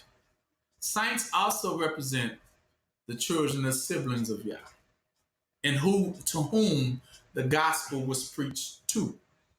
This is the voice speaking directly to his children. The reason what makes these sons and daughters of Yah, because they only listen to who? Yah. They of Yah, meaning they are of his descendants. They are of Yah. They are his children. They work just like Yah what? Works. They do everything just as if they were Yah on what? Earth. They are the reincarnations of Yah on earth. That is who the sons and daughters are. In the flesh. Nevertheless, thy saints had a very great light. That very great light represents a shepherd, whose voice they hearing, see, and not seeing their shape, because they also had not suffered the same things, they counted them what? Happy. But for that they did not hurt them now, of whom they had been wronged before, they thanked them and besought them pardon, for that they had been enemies. These are the ones that was not given mercy and grace. They was thankful. Instead whereof they gave them a burning pillar of fire, both to be a guide of the unknown journey. So this is one confessing that Yah has given these sons and daughters a great light, a burning pillar of fire, both to guide their unknown what? Journey. So one has light or given a great shepherd so that in this journey of life, they make it to who? To Yah. Now, if you're not given that great light or that great shepherd, then you being led what? And these are the ones will get close to Yah, but then they will stumble right before who? The face of Yah, and then the wrath of Yah is going to be kindled against these, because now he knows who's Nimrod and who his enemies are, who the flunkies are. Because these are the ones that didn't make it all the way to the face of who? They didn't make it. These are the ones got to the door, like, let me in too. It's too late. The door was what? Closed. And once that door was closed, then the great fire and wrath of Yah was invoked on what stood right there. And they all had their little knives and torches and stuff, just like a mob would do in the middle of the night, coming ready to lynch some stuff. And they got there, they thought, oh. And then they had to look up and realize it was Big Yah that they were standing in front of. And they looked at each other like, nigga, you set me up. You set me up. Calling them false what? And shepherds. You led us what? Now we finna to pay. Of course, well before Yah get them, because of that anger of being betrayed and with one another, what you think finna happen with violent people that feel very angry? I'm gonna give y'all half the story. Because they already violent, they came to be violent. And now they looking at the person next to them like, nigga, you set me up. And that person violent too, like, nigga, why you looking at me like that? Exactly. So well before y'all get them, they gonna get each other. Yes. That's why he said the blood bath gonna be so bad. Because ain't none of them leaving that spot. That's the point. Think about violent people, because they so bloody, they always fight to the what? To the death. They don't sit until it's like a bear. Bear ain't finna stop you. They always say you can get up, play what? Play dead. That's the only way it's gonna what? Stop coming at you. When they realize you become limp, it's okay, well. But long as you act like you got some fight in you, that thing gonna be what? Ferocious. That's what violent people do. That's why you see what they call blood sports. These little street fights and stuff, and they normally try to fight to the death of one another. Same way they did in those arenas back in those days, didn't they? Those old Roman gladiator days. Who walked out the ring? 2 went in, 1 walked out. Very bloody sports, wasn't it? And I mean literally. 2 go in on gladiators. We know the story back in the Roman days. 2 go in, what? 1 came out. It was bloody. So with all of them going to that stadium, all of them swords clinging and clashing and everybody hollering, and it's gonna be a mess. And then from a distance, y'all gonna hear that noise. And it's gonna be a horrible noise. Because what's the noise gonna be? People screaming for their lives. And ain't nobody gonna answer. And it's gonna be, imagine millions of people making that sound all at one time. The whole earth gonna hear it. That's how you gonna know that's what's happening. Oh, Lord. Looking at each other like, man, I'm glad we ain't one down. They tearing each other up over there. Exactly. So, 3. Instead of this, he gave these types a burning pillar of fire, both to guide them in their unknown journey, because everything is dark right now. But you need a fire. That's the shepherd. That's why he say faith come about hearing, and hearing what? By the word of Yah. And who can bring it to you but a what? A preacher. They would say, beautiful are the feet of this one who's sent by who? Yah. Because this one leads the way. And a harmless son to entertain them honorably. A harmless son. That's what they're talking about. Son, and not S-U-N, but S-O-N. A harmless son to entertain them. What is he entertaining them with? He's teaching them. Right? He's giving them truths. Why? And then he says honorably. Because they the guest of what? They the guest of honor. So he treats them very royally. He treats the sheep very what? Very royally. In the teachings of them. 4. For they were worthy to be but the others, that's in the other group, they coming too. But this is how he's telling you. You got one group of sheep being led into this to Yah, but they being led peacefully, happily, everybody. It's beautiful. They learn, they're growing together. This camp is doing very good. But then there's also the other camp that's trying to come too.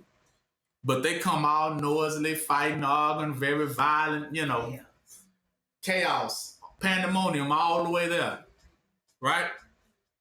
So he's telling you what's going to happen when both groups arrive.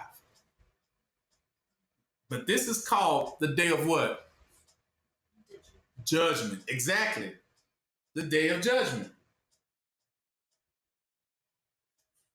He says, one team was given light, right? These call those the wise versions. And one team, lights went out, called the what? Foolish what? Version. Yeah, the foolish ones. Yeah, they don't know. So now they being led blindly to their what? To their death and don't know it. But the other ones, they walking in the light of it all. Meaning they are well prepared, well versed for what's going to go down.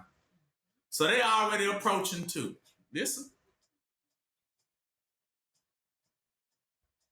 4 says, so for these was worthy to be deprived of what? Deprived of light. See, he wouldn't give them no light. So they wouldn't see what was ahead. And imprisoned in what? Darkness. See, meaning they was chained to it. That meant what? They couldn't what? Escape it. Who had kept thy sons shut up. See, this is the reason why. Now he's giving to you why this has to be. Because remember Lazarus? They wanted to keep Lazarus what? The napkin. Remember? Keep him what? Dead and shut up. Yeah, don't you say nothing. Don't let that spirit go forth. By whom the uncorrupt light of the law was to be given unto the world. See, he's telling you that son had the truth. This one was given. He was an uncorrupt light, meaning an uncorrupt son, like Yahusha, of the law was to be given unto the world, meaning this one was supposed to be the teacher and leader what? Of the world. But you have these other people that say, no way. We ain't doing that. We ain't letting this one be the leader. We're not letting this one do the talking. We're going to do it. We got this. And they put Lazarus to what? Death. To death. But he was supposed to have been the one that actually was the leader. And the teacher, the Pharisee. Yeah, he was all of those things. He was the priesthood. 5. And when they had determined to slay the babes of the saints, see, when they determined to kill the siblings, see, they had already predetermined, like Lazarus, to what? Put them to what? Put them to, see, they're going to come, telling you now, so it's giving you already a foreknowledge of what the future going to hold. They know that there's people that be trying to teach Israel that are righteous. They're going to try to have anybody that's out here trying to teach the truth, have them put to what? To death. Because they're trying to keep Israel what? From ever rising again. You're going to see. One child bearing cast forth and saved to reprove them. See, he was saved to reprove them. See, to teach them the proper way. Thou tookest away the multitude of their children and destroyed them all together in a mighty water. Now he's talking about the fall and what? See, destroyed in what day? The flood, right? Mm-hmm. And he also talking about who was another one destroyed in the mighty water, so you can understand. We know back in the days they had the giants, but it was another group of people that was destroyed in the mighty waters too. That's the first ones. Okay. What are the other ones? They came after and did the same thing, and they were destroyed in the mighty waters. Pharaoh, Egypt, in the Red Sea. Yeah, with Moses, same fate. They was led what? Astray. See, now you see you paralleling both groups. You see, they both, one went to there, they was able to get across, right? And then the other group got there, Pharaoh's group got there with all the king's horses, all the king's men that couldn't put Humpty Dumpty back together again, right? They got there. Yes. And it was for their destruction. They didn't see it what? Coming. Exactly. That's how it works. See, but the other group made it to Yah. Remember, the story goes that they made it all the way to the mountain of Yah. Well, Moses went up there and saw Yah face to face. Remember that? They got a chance to see Yah, hear from Yah, everything on that mountain. But the ones that came, the other group, they didn't what? They didn't make it there, did they? They were destroyed in that mighty water. That's what he's talking about. Same parable. So, of that night were our fathers then certified. Certified. Certified meaning these ones are the sons. It was already proven to be what? The sons and daughters of Yah. Why? Because Yah made it unanimous. Two fighters come into the ring and one get KO'd. That's what he said. So he made it unanimous who's the sons and daughters of Yah is now. Remember, two go in the ring. One what? Split splash. One came out. And made it unanimous across the board who is Yah with, who the spirit with, and who the spirit what? Ain't with. Made it very clear that day. When they all drowned in that sea. Same way the giants all drowned, and Noah, only one, him and his family made it out. And that was a clear-cut, too, decision. You can't say, well, maybe, I don't know, they're like a toss-up to me. Okay, who left, who didn't?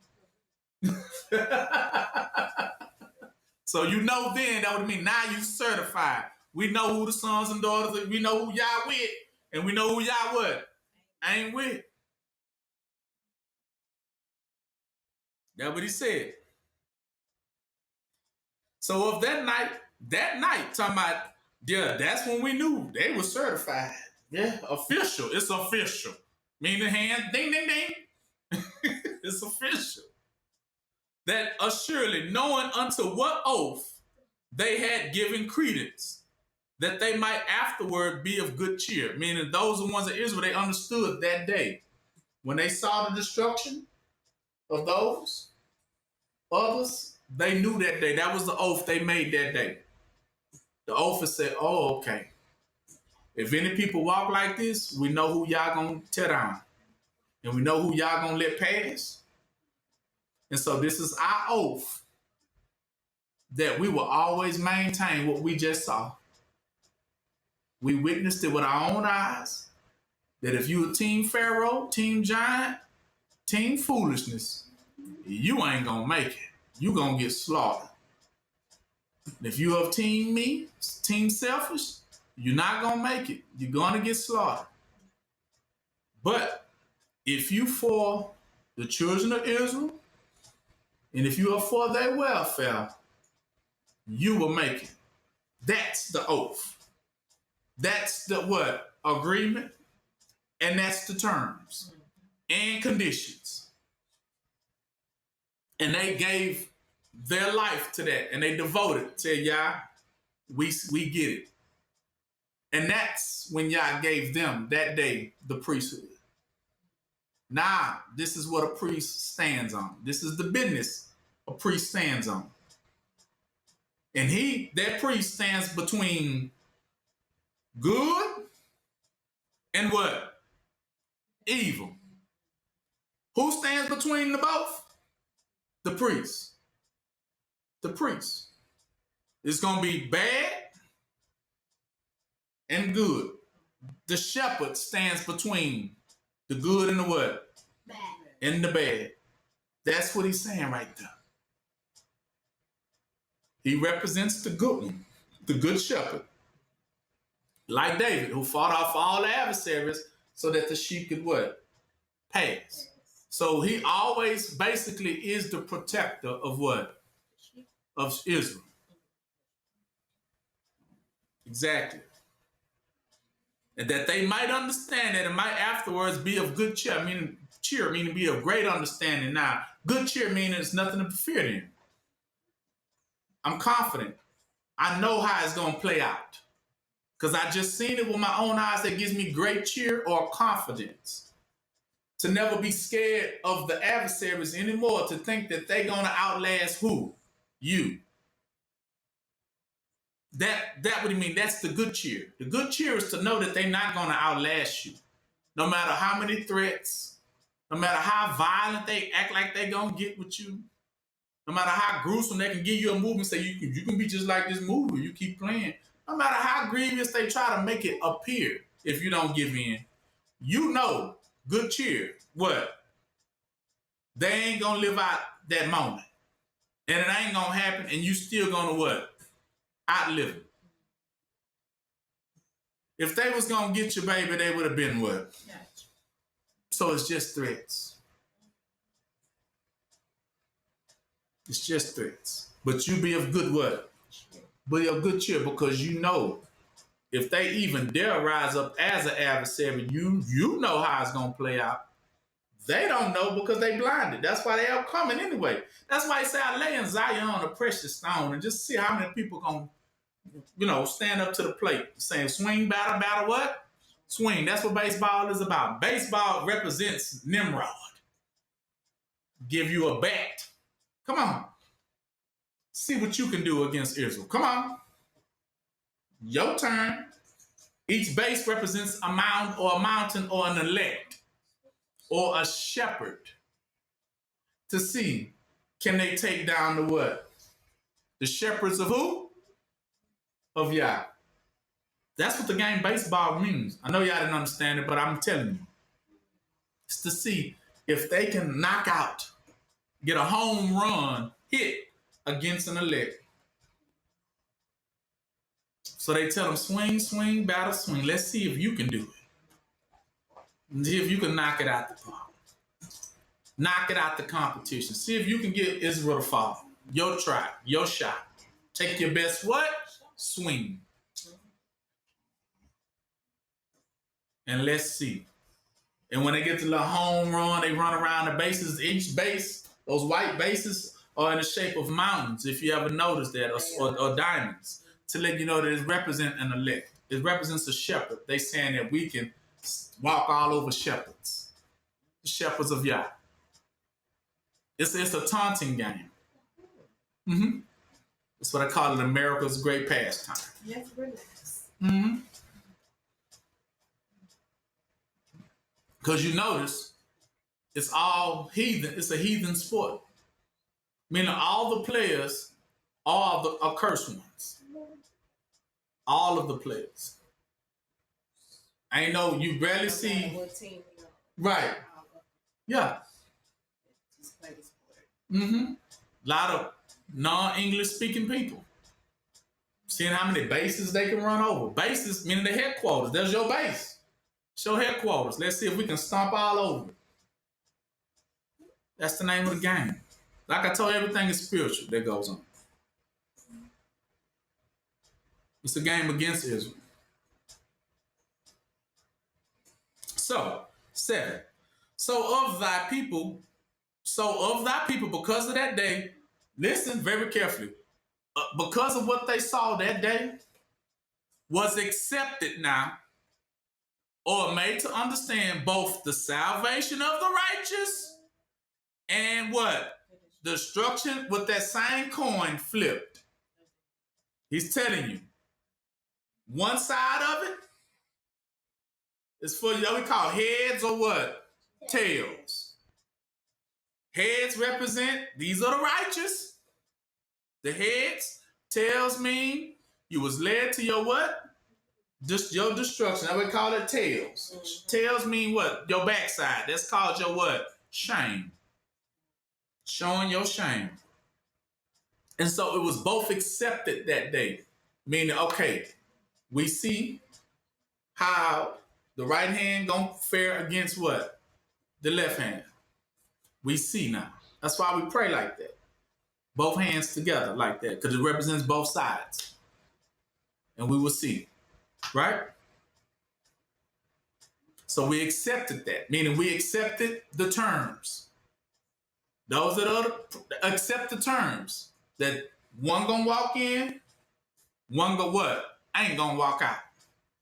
This is the terms. Every one of Israel understands that agreement. It's given by Yah. That's why he said there are set thrones, set dominions, set things, set judgments that will happen, gonna happen, has to happen.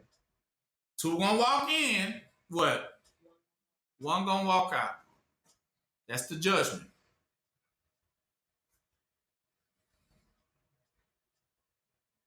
And he says, and you will know by the judgment. Because one gonna be blessed and one gonna be what? Cursed. And we gonna see two gonna go in, one gonna come out. That's how it's gonna work. And that's the judgment. We all agree. We all know that's how it works. It ain't gonna be good and evil dwelling in the same place. No, no, no, no, no. Two go in, one come out. When you go inside the house of the Lord, they used to do this for Moses and them. He set up the camp. It was a little tent in the beginning. They called it the house of the Lord before they had built the Solomon's temple, the big one. And only like Moses, Eleazar, that's why he's very important, which is Lazarus. Eleazar and Joshua or Yahushua was the only ones that could go in and out of it safely. Now, if you was corrupt and you was a priest, you would go in, they would tie a rope around you and a bell. When you went in with the rope, because you were supposed to go into the holies of holies to go talk to Yah. So the priest had to go in and pray and talk to Yah for the sake of the people. Right? And get their forgiveness and mercy and stuff. This is before Yahushua. So but the Spirit always dwelt in that tent. So when they would go in, the priest would go in, yearly. He'd go in with his best clothes and try to get them prayers answered. But if he was good, you would hear the bell. And he would come out. Now the bell and the rope was for this reason here. Because let's just say he was a corrupt priest, one who had given in, one that was no good. He would go in there for that time. And we'd be like, hey, you ready? Because everybody, the ones couldn't go in because they weren't as holy as this one's supposed to have been. And so they'd be like, okay, they, wait the time limit that they know it's supposed to take for him to go in and come out. Holies of the holies of tent. And so they wait. Maybe he talking to y'all real good in there. But after a certain time limit, they would pull the rope. And if they didn't hear the bell, they knew what? He died. That means Yah slayed him inside that tent. The Spirit killed him. And so they would drag out the dead body. And they'd be like, okay, we have a new position for another priest. One just got available. So yes, it was a terrible thing to be selected as a priest of Yah or a shepherd of Yah. See how severe it was? If you, because you're supposed to be the one over the soul, so you don't got no room to be playing. But if you went in there and you did right, that we say by fasting and what? Prayer. But if you coming up playing games, you weren't gonna make it out of there. That's what y'all mean. Two go in, what? Always the good one came out, but the bad ones never came back out. They were slaved there. That's what that would mean. See, listen. He said, 8. For wherein thou didst punish our adversaries, by that same thing did you what? Glorify us whom y'all had called. Meaning, you would bless one with something, but you wouldn't bless the other one with it. That's how we knew. Like, for instance, this one city versus the next, you would get what they called scattered showers. So one land of good people would get the rain, but the other land wouldn't get no what? That city wouldn't get no rain, so we knew them people wasn't right. Because Yah is cursing those what? Those people. But this people, they getting their crops and stuff blessed. We know that they of Yah, because they blessing them. But those over there, Yah has deserted them. So they knew, that's what he said, by the same way you were blessed, what we will also know who was cursed. Based on who received benefits and who what? Who didn't. That's what they were saying. We knew by that. 9. For the righteous children of Yah, righteous children of good men did sacrifice secretly, and with one consent made a holy law, that the saints should be like partaker of the same good and evil. The fathers now singing out of the songs of praise, meaning we now understand the difference between what? Good and evil. And we had to be referees of that. That's why he said unto Peter, I give you the keys to the kingdom of heaven now. And whom you bound on earth is what? Bound where? In heaven. And who you free on earth is what? Because he's the referee. We know that your judgment gonna be right according to good and what? And so you know the difference between who's out here doing good and who is what? Doing evil. And your word, just like Isaac, Abraham, Jacob, their word don't come back what? Void, because they are speaking with the mouth of who? Yah. Because remember, I told you about being a vessel of Yah. Their word don't come back void. Because they know what you're doing. And he said, and there is no secret to them. There is no secret to them. That they not going to unravel, that they're not going to make known. That's why it says people think that they don't see me. Y'all don't see me. Y'all don't see me. Y'all don't see me. Well, if y'all brought our left around you, I tell you the truth, you already been made known. That's the reason why they there. And they watch what? Everything. They have the eyes of Yah. And they're going to call it as they see it. And ain't no escaping that judgment. That's why he said he give that to. That is one of the advantages of the children of Yah. They have that. They know what Yah want. That we say in the voice of a stranger, what? They wouldn't say they know it when you ain't right. And they ain't going to follow me and heed to you. They ain't going to, you stay there trying, man, but I ain't that bad if you get to know me, all right? You know? And it's like, nah. No. It ain't, nope. No matter how many advances they try to make that person give in to the evil or wicked demands of that person, they never what? With it. I mean, they don't heed to that voice. They like, I hear you, but right? I hear you, but because they know when you saying right and when you what?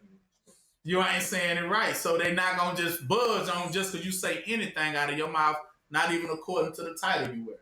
They just know, nah, that ain't about right. I ain't about doing that. Right? But on the other side, he says, 10, their sound was an ill sound. See? The other camp had a what type of sound? Meaning that people getting slayed left and right over. He said, according cries of the enemy and a lamentation noise was carried abroad from children that were bewailed, meaning being slain.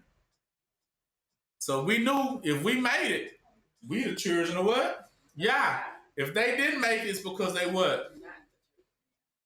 That my friend, is whether you know it or not. That's why those who know y'all know that death is a good thing. Even though death is a bad thing, but yet death is a good thing. Because we know no matter what, like a fly, we can despise a fly all we want because of the nastiness of it all. But what do flies truly do spiritually?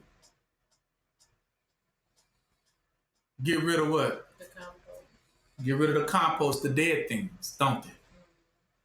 Because if there never was a fly, you know how many, this earth would stink of so many rotten and dead things laying carcasses everywhere, right? But it is the flies that see something dead and go to it and what? Put the maggots in and everything, but then they just what? Eat it down. And then the smell is what? Gone.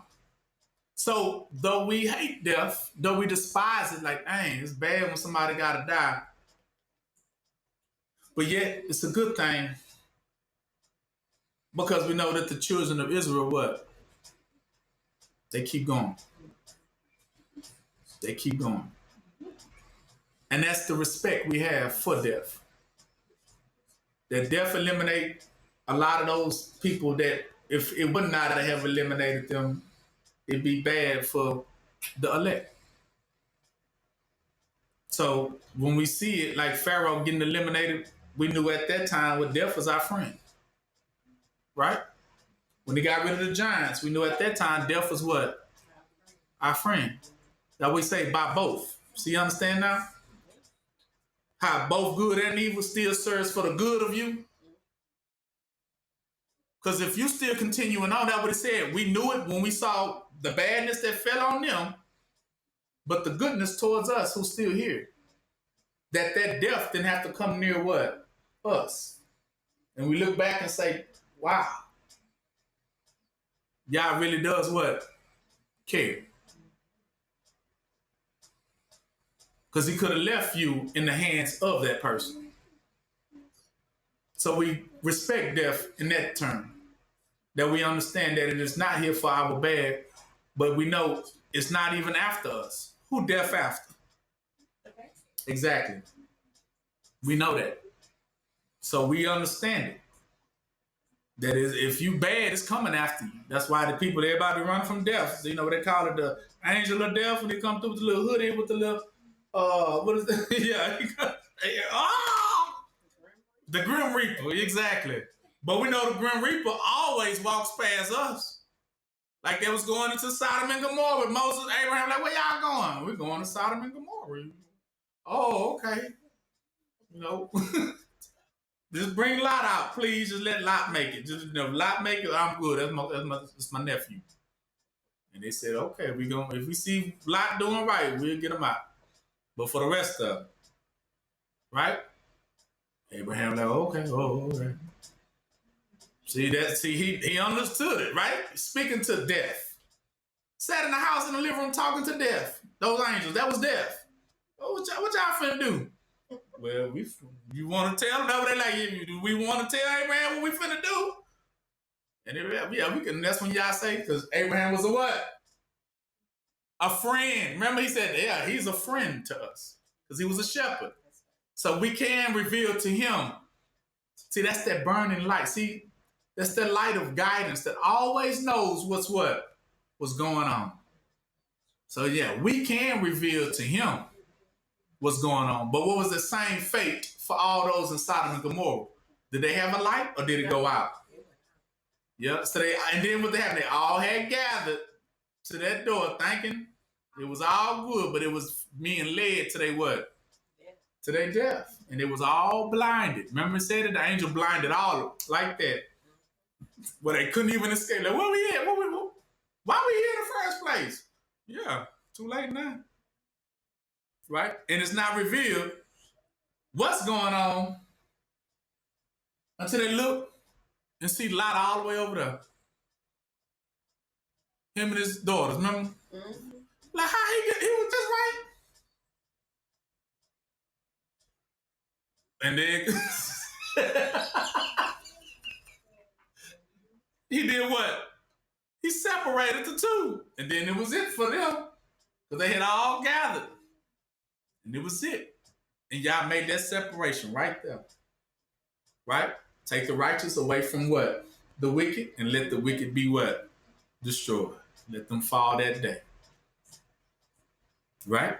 So those who know y'all understand it. Sweet. All right.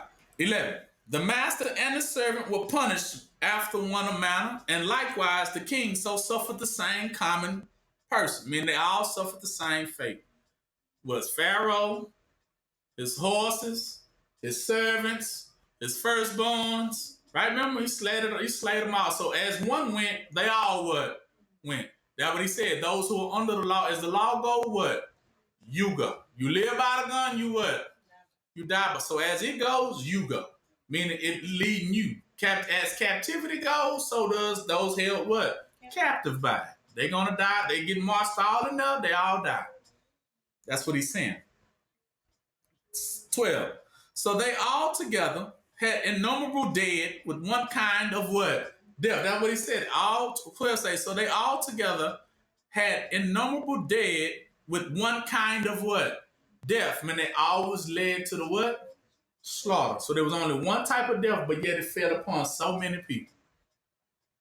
Neither was the living sufficient to bury them. For in one moment, the noblest offspring of them was what? Destroyed.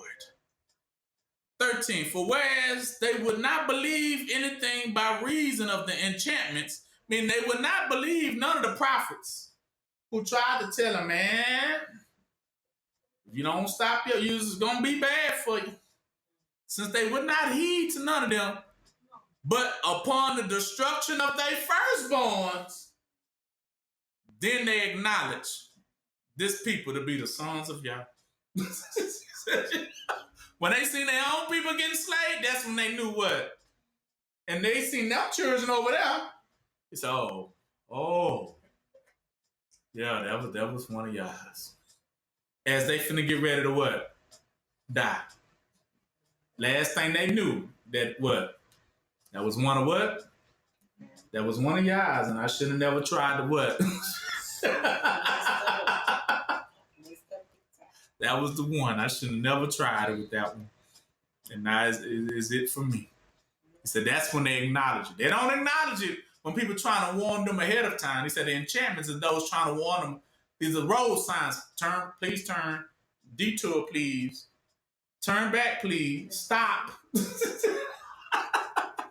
You turn wrong way. Dead end. Bridge is gone.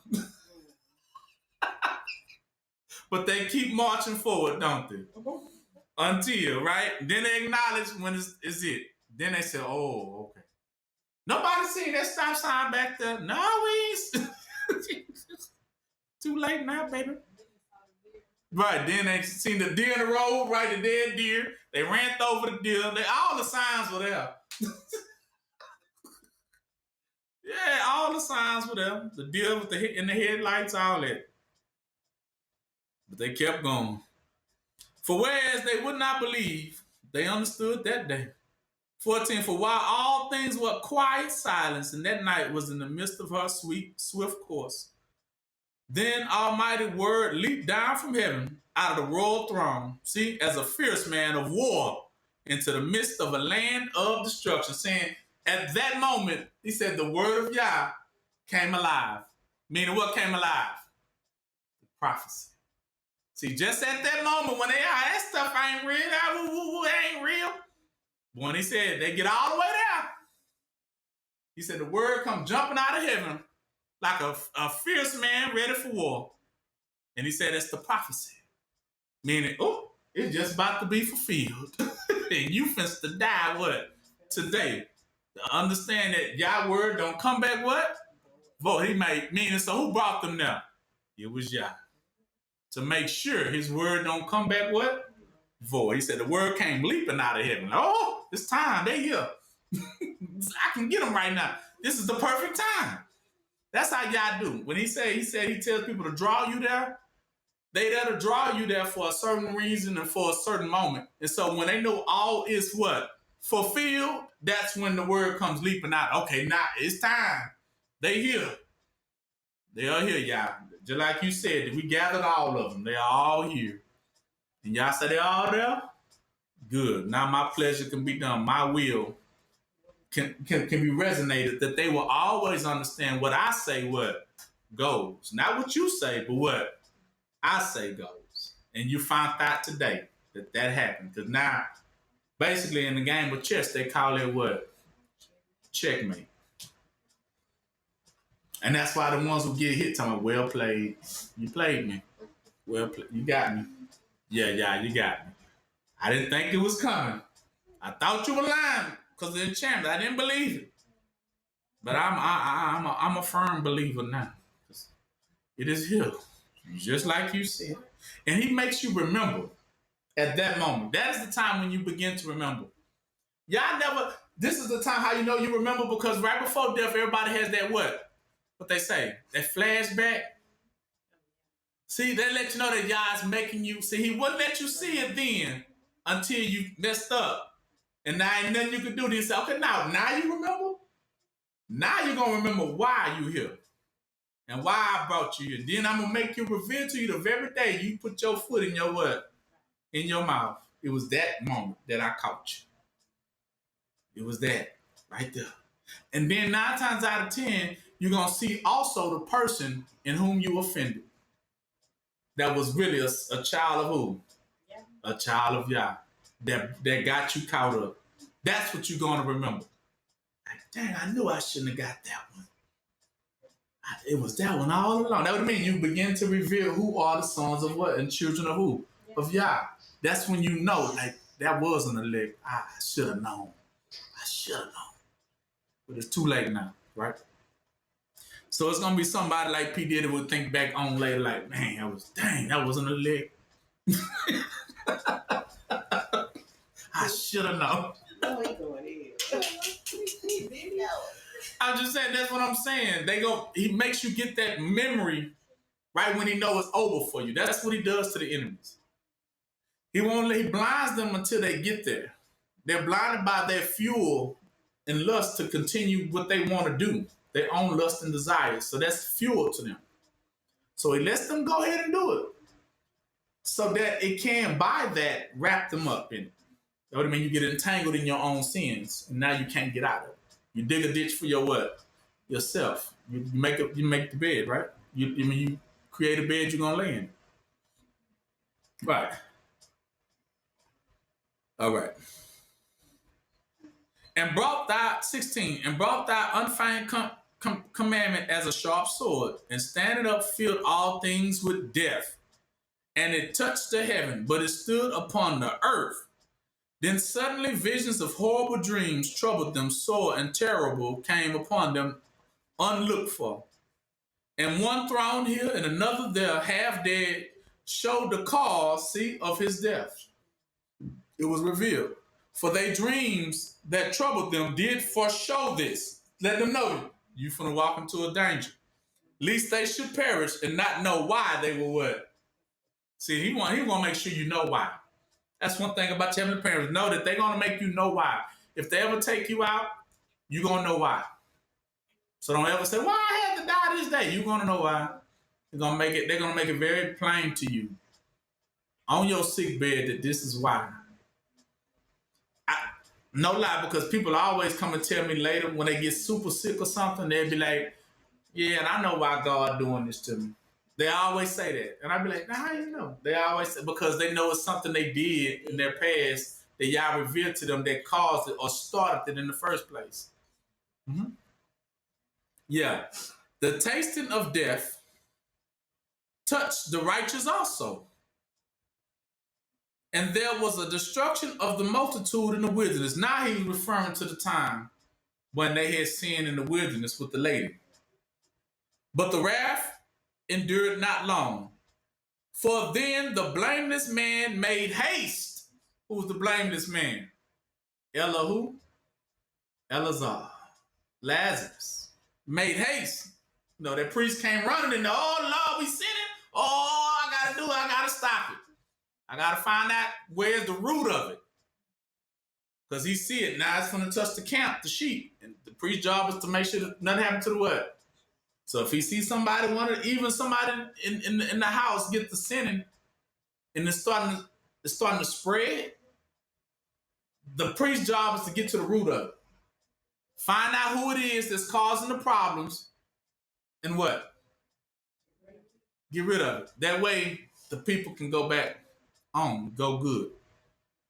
That would mean if there's one that's like a wildfire, or there's one that's trying to corrupt everybody, then y'all would thrust that one through. Because for the sake of you not, that doesn't mean touch the elect, meaning you trying to corrupt them. You're trying to touch the righteous with your what? Corruption. And then y'all will not permit it. Not if there's a sheep. You will not permit it. That's what he said. This is not the purpose of what? The will of Yah, that any one of his elect shall what? Perish. He is not the will. See, that's what you got to understand, that will. That, okay, that's what he means. This is what we made an oath to. We know ain't nothing bad supposed to happen to the elect. So I can only bless them and not what? Curse them. I know I can't. Because if I do, y'all will thrust me through. So he made haste. And he tell you who's going to thrust you through. And he stood forth to defend them, see? And bringing the shield of his proper ministry.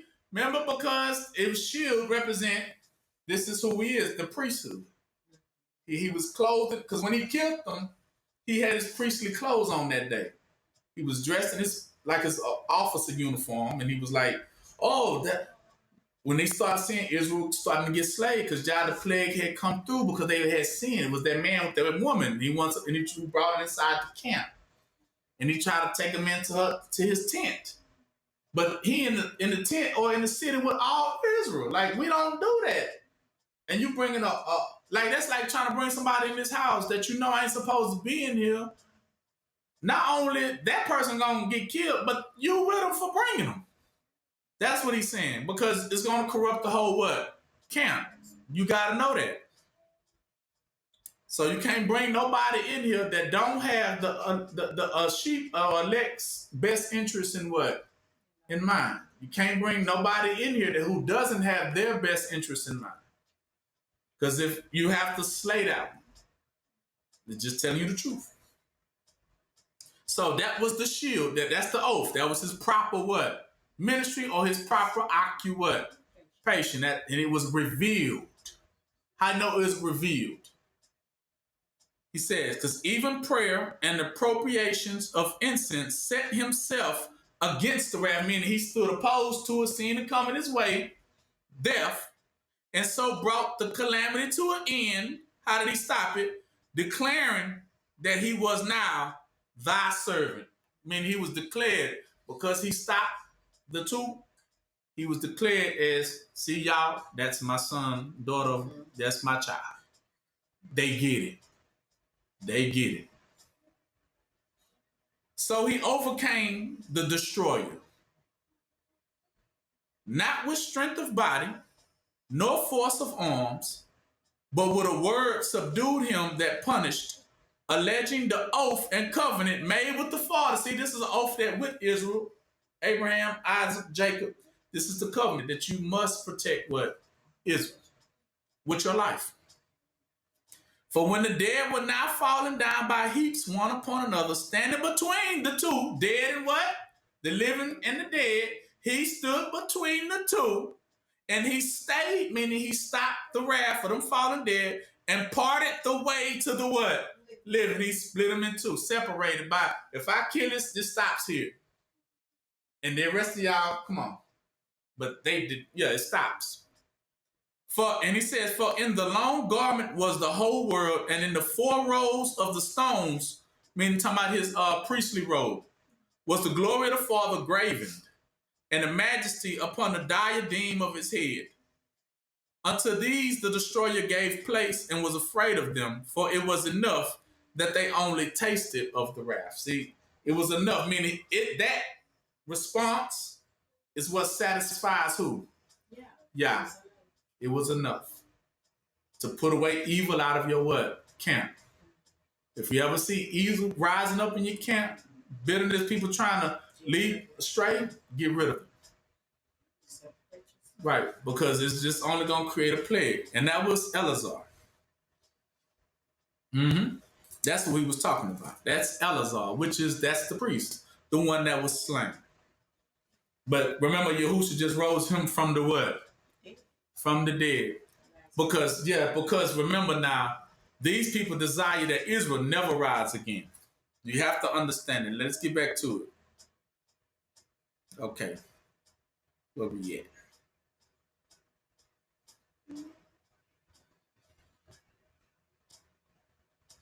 Showing you that these people don't want to ever see Israel rise again. All right. How do you know? Go to Mark 15, 1 through 15.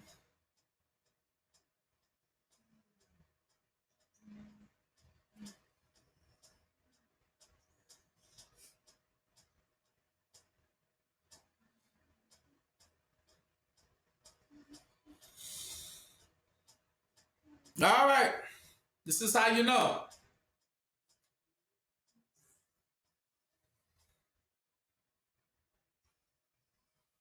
Because remember, we're talking about good shepherds versus bad shepherds.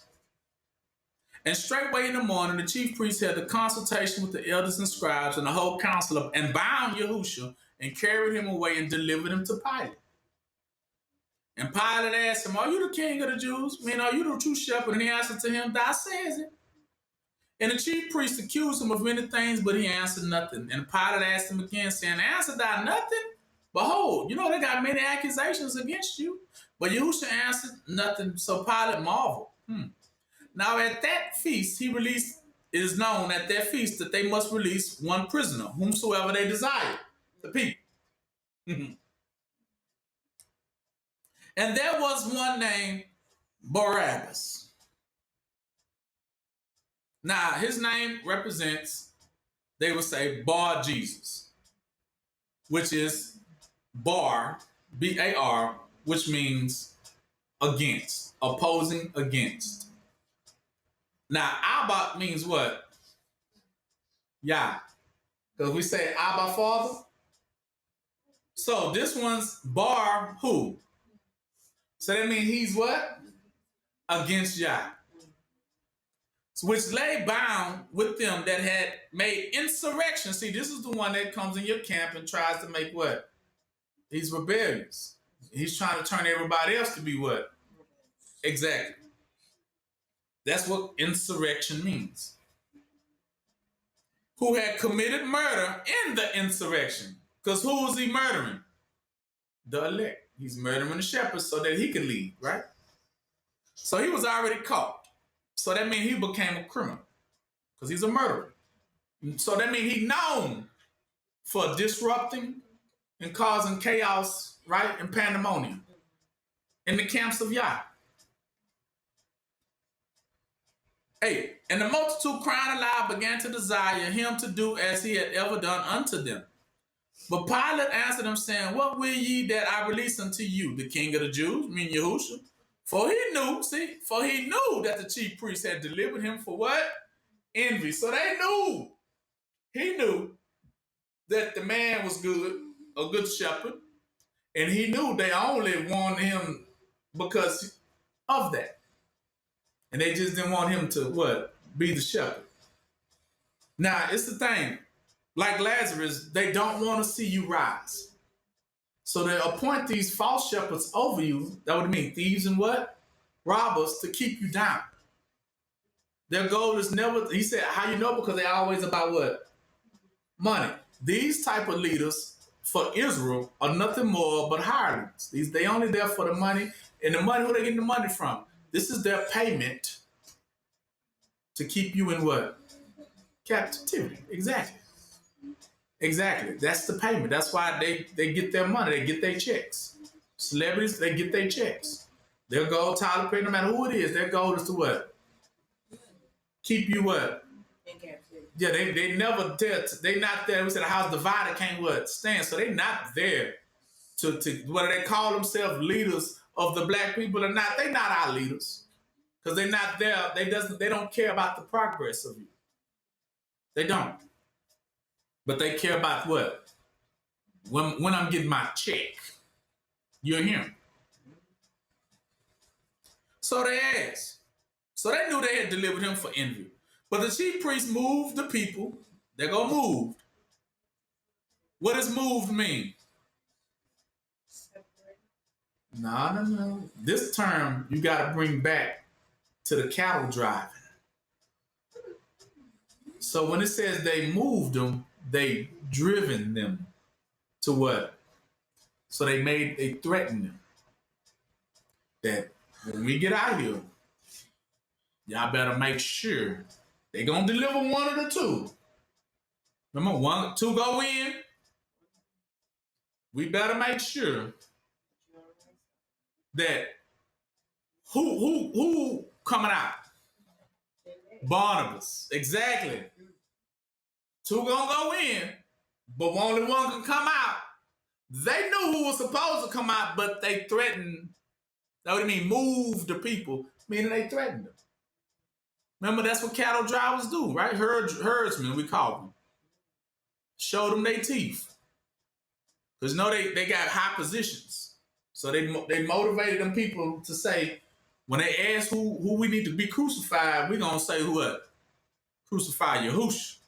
And y'all better all say it too. Well, y'all can't come through here no more. We're going to ban you, kick you out. Yeah, all that. So they moved the people that they should rather release Barnabas unto them. See, it's right there. They told him, you best to know what to say. And Pilate answered and said again unto them, okay, what will you then that we should do unto him who you call the King of the Jews? And what did they cry out? Crucify him. Crucify means to relieve and keep them dead. Then Pilate said unto them, why? What evil has he done? And they cried out more exceedingly. What? Crucify. Now, this is how you know right here what type of people they were. And so Pilate, willing to content the people, content means what? What was going to happen? Because what was going to break out if they didn't? Or riot. He's saying he tried to, okay, y'all, because they kept on saying what? Crucifying, they was getting louder and what? Louder. And they started creating what? An uproar. And he began to fear for his what? Because he said it. Because that must mean he didn't want to what? He didn't want to do it. But he heeded to what? To the crowd. See, that's why we can't be what? Crowd pleasers. Can't be crowd pleasers. Because that's what the crowd represent. Those that going to say, you work, what they call it, the people's what? Choice. The people's choice. The people's champ. Do anything the people say. Yeah. Instead of doing what you know to do, you can't be driven like that. People gonna create uproars all around you, but you better not be what? Scared. See, Pilate, because he heeded to it, didn't he? He heeded to the herdsmen, like, okay, if you don't, they showed him their teeth. Okay. If you don't, and he, okay. I don't want to kill you, but you see it. You see it. If I don't, they're going to kill me. Right? See, at that point, that was the same way they tried to pressure Yahushua into killing the adulterous woman, remember? It's the same thing. But now you see the difference. He heeded to it, didn't he? See, you're going to be either giving into the truth, the word of Yah, or you giving to what? To fear. So what controlled him? Fear. See, all he heard was the uproar of the people. Crucify, crucify. They used to do that too at those games, those gladiator games. See, because they would ask, when there's somebody down, the gladiator would ask what to do with them and what the audience would speak. Right? Do we kill them or do we let them live? We give them mercy. What was always mostly what the people wanted to see? Yeah. Because they were violent people, weren't they? The audience was full of people that just wanted to see blood. They wanted to see him splat. They never said mercy. They were like, nah, we came to see a show. We paid to see a show. We want to see somebody splat. Because like I told you, they bloodthirsty. But remember, the only people they really bloodthirsty for is who? The righteous people. That's what they bloodthirst is for. They prey upon that life. That's what it means. I see you, Nimrod, as a mighty hunter. Who you hunting? Who? Is the righteous ones, the ones that want to do good. Because you'd rather just see Israel in what? See, that's the thing. Some of them just want to see you down and out. They don't want to see your return. So they go after people like Yahushua who came for your good. Now we say, I am the good shepherd. I come to give you life and what? Life more abundant. I'm trying to raise you out of these ashes, but then you get somebody that pray or come after me, hunt me down for trying to help you. Like, why you helping them? You ever hear that? See, they praying after you now. Because they see, you come to help. You come to help. See, every time you come to help, especially Israel, you make yourself a what? A target. Exactly. Now you starting to get it. You made yourself a target when you decided to help Israel because they don't desire to see Israel what? Risen.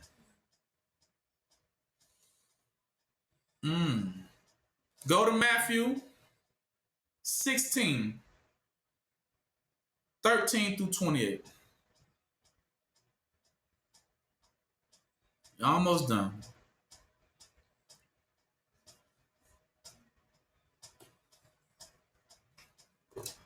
You there? Yes. So when Yahushua came into the coast of Caesarea Philippi, he asked his disciples, saying, okay, who do men say that I am? The Son of Man am. They said, some say, you may be John the Baptist. Some say, well, you may be Elijah or something.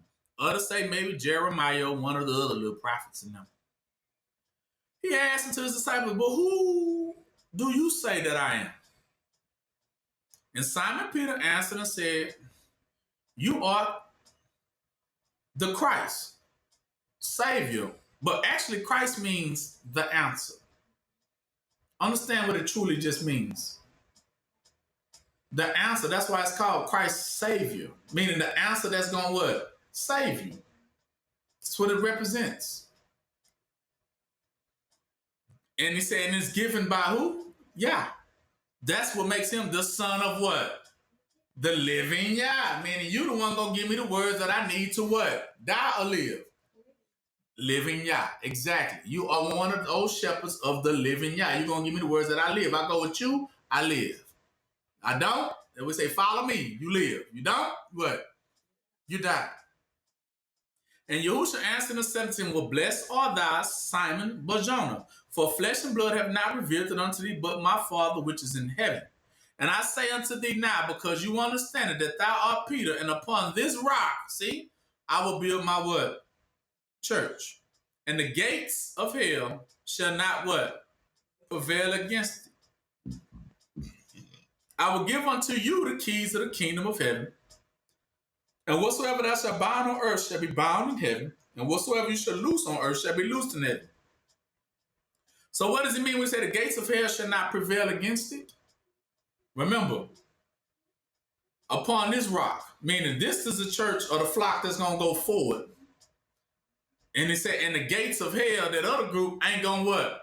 Prevail what? Against it, to the point they pass them up. And they make it out and they put them out. Talking about you going to be the shepherds that's going to prevail, overcome. You're going to overcome them, meaning you're going to beat them in this race. They're not going to make it to y'all. But what?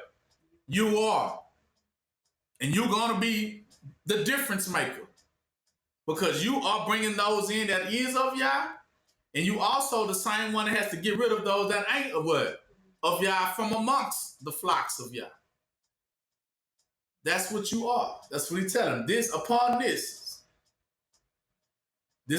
this rock, this sentence, that this how it's going to be. As a priest. You say who come in, you say what? Who can't. Because we know your judgment going to be what? True. So then, he charged his disciples. So after he just tell Peter this, so Peter, okay. Peter get it. Oh, okay. Yeah. He was correct, dead on. So then he charged the disciples they should tell no man that he was what? Yahushua, see, don't tell nobody who I am. Because it was revealed that moment. For that time forth, that's why I tell people, y'all don't get it when they say don't let your the left hand know what right hand doing. So that's why he used to tell them, so he was like, hold on, why? Man, I tell you what, sometimes you can't let everybody know who you are. Because they are what they truly got adversaries. You have people who really, they on the hunt. They really looking for those that of Yah. For real. But anytime it's for the sake of life, you ain't got to tell your enemy what you doing. Remember that. If your enemy come to you and say, what you up to? And you know that's an enemy, and you know they ain't got Yah's best interest in mind, you won't have to what? You don't have to tell them. And you not in trouble, or you lied. Ain't no such thing as you lied to the devil. There's no such thing. See, people don't even be knowing the rules. See, I told you there's rules to these things. There's no such thing as lying to the devil. He is a liar. You told him the truth. It ain't none of your business. That's the truth. So when you don't tell him you didn't lie, because it's not his what? It's not his business anyway. He ain't looking to save nobody. Why do you want to know? Where they at? Where those children at? Where them sheep at? I don't know. Find them yourself. You ain't finna take my help. It's not your business. Mind your business. Let me be by mine. Then they come back to that and he lied. They lied. Okay.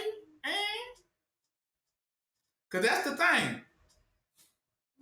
Who you think gonna get at me worse? Your law system for telling the devil move on, or Yah for me giving up an innocent person? Think about it. Right. If it's a precious baby, would you hand a precious baby over to the butcher? Because he wearing a badge, say, I'm police, where the baby at? They used to lie all the time in the Bible to them people. When they asked, remember? They say you was born in a manger because they what? They hid him. What baby Jesus? I don't know. Story of Moses, right? Where Moses at?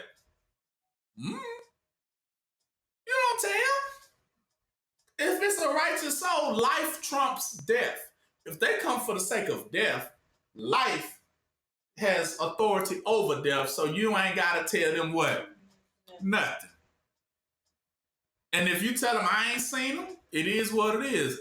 Y'all gonna give you the thumbs up. That's a righteous move. You saved it what? A life of Yah. That's good. Than to sit there and say, well, I want to honor the law. They over there. Now, if you get them children slayed, the blood is where? On your hands. So, think about it. before you make a stupid move. Like, innocent blood on my hand, because I told the devil, but he had a badge. That don't mean nothing. Badges don't mean nothing to y'all. He telling you that stuff don't mean nothing to y'all. That can be a devil with a badge. You better know who you. That's what he mean. What you should say, I'm willing to give my life, what? For the sheep. Didn't he say that? That's the difference. Now, if my life getting threatened because I'm protecting an innocent soul, that is what that meant. But I'm dedicated, sworn, faithful, fidelity, that I'm not going to turn on what? Y'all's people. And I give my what? Life for it. And you think that's what he said? And what did Yahushua say? And anyone who gives their life for it, those looking to lose their life shall what? Save their life. Exactly. That's what he meant. He says, I lay down my life and I pick it up again because this is the commandment given unto me that I can lay down my life for the elect. And y'all will always grant me what? Life back. Now you're starting to understand the resurrection. Righteous people don't die. They just come back at a certain time. Because you did right. Right? Listen. So Peter understood. 21. From that time forth, right? Then Yahushua began to show his disciples and said that he must go into Jerusalem and suffer many things of the elders and the chief priests and be killed and raised again the third day as it is written. Then Peter took him and began to rebuke Yahushua, saying, be it far from thee, Lord, that it shall not be unto thee. Did he not just tell him, for it is written? Like, I ain't got no, it is written, all right? So you know what he had to do. He said, I just gave you the keys to the kingdom of heaven. Have you lost your mind? He turned and he said to Peter, get thee behind me, Satan, for thou art an offense unto me. For thou savorest not the things that be of Yah, but those that be of men. So that right there, break that down. He said, because get thee behind me, Satan. Because remember, Satan is not allowed to proceed all the way there, right? Remember, I told you 2 camps are going, but one camp gonna make it. Remember the turtle in the air? One camp gonna make it. The turtle and the rabbit, I'm talking about that race. The camp of Yah is gonna make it to Yah. But the devil in that race end up getting what? Behind you. Because he's not allowed to go what? Ahead of you or all the way there. He won't be with Yah's camp. He will be left what? To get what? Slaughtered. He knows it. You know it. So that's when you cast him out. Like, get behind me, Satan. Not Peter, but just that spirit. Because he knew what spirit he spoke from. Because he said, now, and he said, but you are an offense unto me. Remember? He said, Nimrod, I see you posing as a mighty hunter standing before me. What? Trying to what? Oppose what? My spirit. So when he said it is written, that means these things, that's the spirit. It must what? Happen. It must be done through the what? Spirit. So when Peter spoke to him, nah, you ain't finna do that. You ain't got to do none of that. He knew right then, oh, you trying to block the what? Spirit. So he knew who was talking. Satan. I just told you what it is written that I have to do. And you just telling me you ain't finna do none of that. So he like, now get behind me so that I can what? Fulfill it. Do what I gotta do. So he said, and for thy savorest not. Savor is saying this. You are not concerned, neither nor do you give a squat about the progress of what? Israel. Because he said, I gotta go through all these things and be raised again the third day, meaning Israel will be raised what? From the what? He said, if I perform these things, Israel can be raised from the what? The dead. So he knew I sacrificed myself for their progress. So when Peter heard it, Satan said, no, sir, that's not going to be what it is, because remember, the devil is never concerned about the progress of what? That's how you're going to know the devil's spirit. It's not concerned about the progress of the children of what? Israel. They never concerned. They only concerned about what? Themselves. So that's why he said, you don't savor the progress of the things that belong to Yah. The children belong to Yah. You're not concerned about their progress. That's what he's telling them. You're not concerned about it. But you be only concerned about those things that belong to who? The devil and men. You just want, because that's a selfish move, he's telling Peter. That's selfish if I'm not willing to what? Sacrifice my life for the sake of the progress of what? The children of Israel. So you try to tell me don't do it when I know that's the best cause and it is written that I must do these things for their progress. So I know now you don't want to see their progress. You want them to always stay what? Dead, at that dead state with that napkin over their face. Like you ain't getting up from this one. But he said that's not what the spirit, but he said that is not the will of Yah that anyone should what? Any one of Yah's children should what? Perish. That's what he said. That's why he knew rebuke him. Because that is not the will of what? Yah, for me not to do it. Because that's the only way they need their progress, right? And he said, so therefore, no, you don't savor it, meaning savor. When you savor something, that means you really want that what? Badly. That's what he's telling you. So savor is meaning you don't have a zeal, you don't have a passion to do Yah's will, which you know the will of Yah that he wants to see a raised Israel. That's the purpose of the Spirit. He said Jacob shall be alone. That's the purpose of the Spirit. So your job is to make sure that it comes about.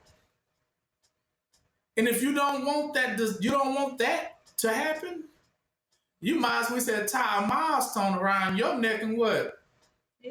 Yeah.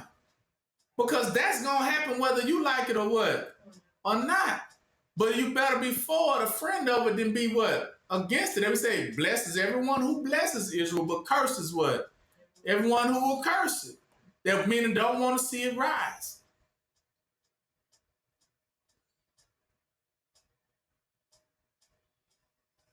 Watch this here.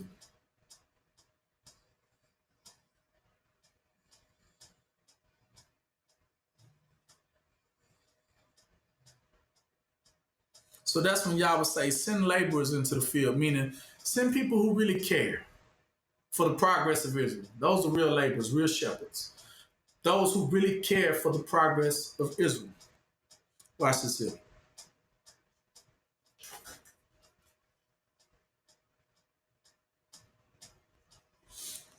These Psalms 83.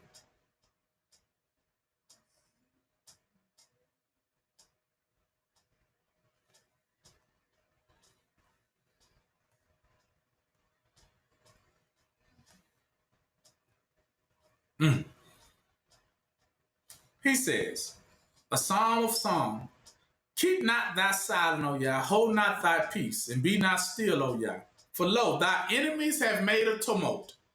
See, that tumult is the same thing that you just heard about when those people was going, it's talking about crucify him with the loud uproar. That's a tumult.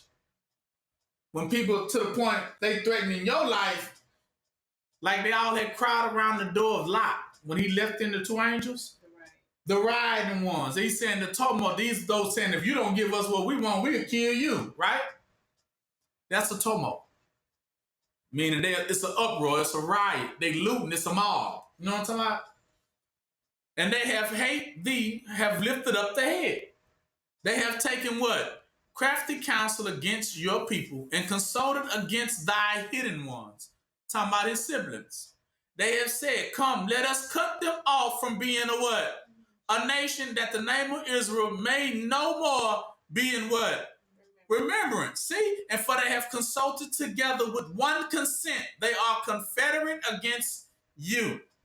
They confederate against what? The spirit. That's what he's talking about, Nimrod. I see you as opposing what the spirit of Yah wants.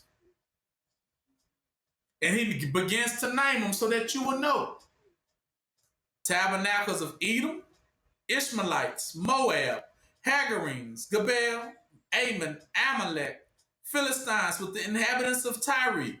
Asa also is joined with them, and now who they help? They have helped the children of who? Lot. That's Sodom and Gomorrah. So when he say help the children of Lot, because think about all the people that was out there talking about crucify him. All those loud voices are the children of what? Yeah. Children of Lot. So you help them, you give in to their what? When they begin to roar, you give in to their what? To their wishes. When they said crucify him, you do what? Well, I know you ain't did nothing, but look, the crowd has what? Exactly. The crowd has spoken. The crowd, the mob, the tumult, he's talking about the rioting people. You always give in to their what? Their demands. You always give in to their demands. That's what he said. And they have made a tumult to keep Israel what? Desolate. You heard it? They have made it. Let us cut them off from being a nation, and that the name of Israel may no more be in what? Remembrance, meaning never let them ever rise up, ever what? Okay. See, they already said this. Make sure y'all take a chance and read this whole scripture, because it's going to be good. So write that down. Go to 12. Who said in their heart, let us take to ourselves the houses of Yah in what? Possession. See, they don't want to keep you what? As slaves. That's their goal. But Yah already told you, 18 says that men may know that day that whose name alone is Jehovah, or the Most High over the earth, meaning your word gonna go, and they all gonna be torn down. That's what the rest of us saying. They're gonna be torn down. For coming, and they're gonna say as dung upon the earth. Now look, go to Psalms 137.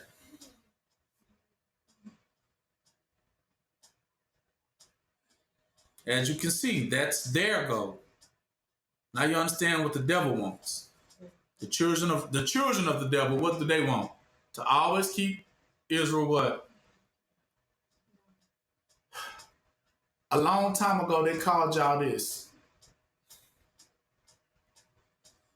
They called y'all the people of captivity, a city under siege. Siege meaning under a watchful eye. And the goal is to keep you what? Down. They have no wish. I always say they have no spirit. They have no desire to ever let Israel be rebuilt. But the desire of the spirit is to do what? Rebuild Israel. Now you understand, y'all, what Yah wants. He wants Israel to be what? Rebuilt. That is the desire. That is what the Spirit has been sent for. That is the purpose of it. It is the purpose behind the whole power of the Spirit. That comes about. And it's not going to stop until it gets that to come about. Now, everyone else is trying to oppose that thing. That's what everyone's fighting for. Man, don't let that happen. Don't let that happen. Don't let it happen. But that's exactly what the Spirit has set out to do. That is the purpose of it. For you never understood what was the purpose of the Spirit in the first place, because Yah wants to see Israel rebuilt. He wants to see the children of Zion built. He wants, in the smack dab middle of this earth, he wants to see that temple all over again. The one that was torn down, he wants to see it back. What would I say? What verse I said? What chapter? Psalms what? 137. By the rivers of Babylon, there we sat. Yeah, we wept when we remember Zion, see? We hanged our harps upon the willows in the midst thereof. For there they carried us away captive, required of us a song, and they that wasted us required of us, wasted mean to not let build back up, saying, sing for us one of those songs of Zion. But how shall we sing the song of Zion in a strange land? If I forget thee, see, O Jerusalem, let my right hand forget her what? Wisdom. If I do not remember thee, see, telling you what the purpose of the Spirit is, you to remember what? Here's, remember? You gotta remember. Let my tongue cleave to the roof of my mouth if I prefer not Jerusalem above my chief what? Joy. So, what your desire is supposed to be? To see Israel what? Rebuild. That should be your desire. If you got anything, any other thing above that, you'd have missed the whole point. 7. Remember, O Lord, the children of Edom in the day of Jerusalem, who said, raise it, even to the foundation there. I mean, tear it down. Tear it down, or set it on fire. Burn it, even to the foundation. Foundation means what? Even to the what? Ground. Foundation is the what? Let it lay even with the what? When it's laying even, it's just like the what? Flat. And never let it rise back up. I mean, never let it be rebuilt. So you got people that's fighting for you never to go back home and never get rebuilt. But remember, the Spirit outweighs what they want. O daughter of Babylon, he calls Edom, who ought to be destroyed. See, art meaning you already by the Spirit. Happy shall he be that reward thee as thou hast served us. See, because they know, even Esau knows that Israel's supposed to be what? Rebuilt. That's what he said. Even as he has served us. See, he didn't serve us well in what? Rebuilding Israel, did he? That's why Yah's going to remove him. Because Esau definitely doesn't want to see Israel what? Rebuilt. So that's why Yah say that's one of the people that has to be eliminated. Because they don't have no desire, no spirit whatsoever to see Israel rebuilt. All other negotiations are off the table. And ain't no piece of it, a little piece of it, some of it, we give you 30%, we give you 40%, but we still got to be ruling over it type stuff. Those are no deals. Even today, if they think they still going to be your boss, even in that place, they are sorely mistaken. And you better know that too. That's a call of no deal. Because he said Israel will be rebuilt and only their own people will be ruling over what? Israel. They will have their own shepherds. We don't need none of your pastors.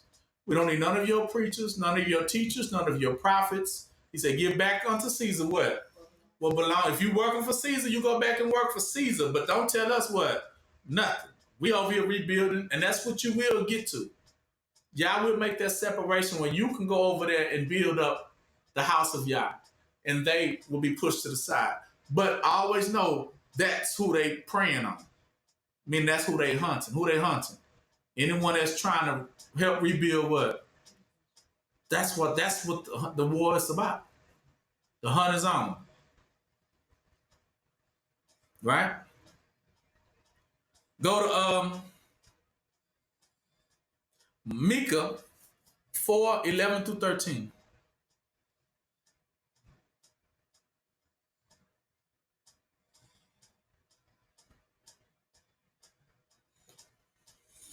Look at this. See this?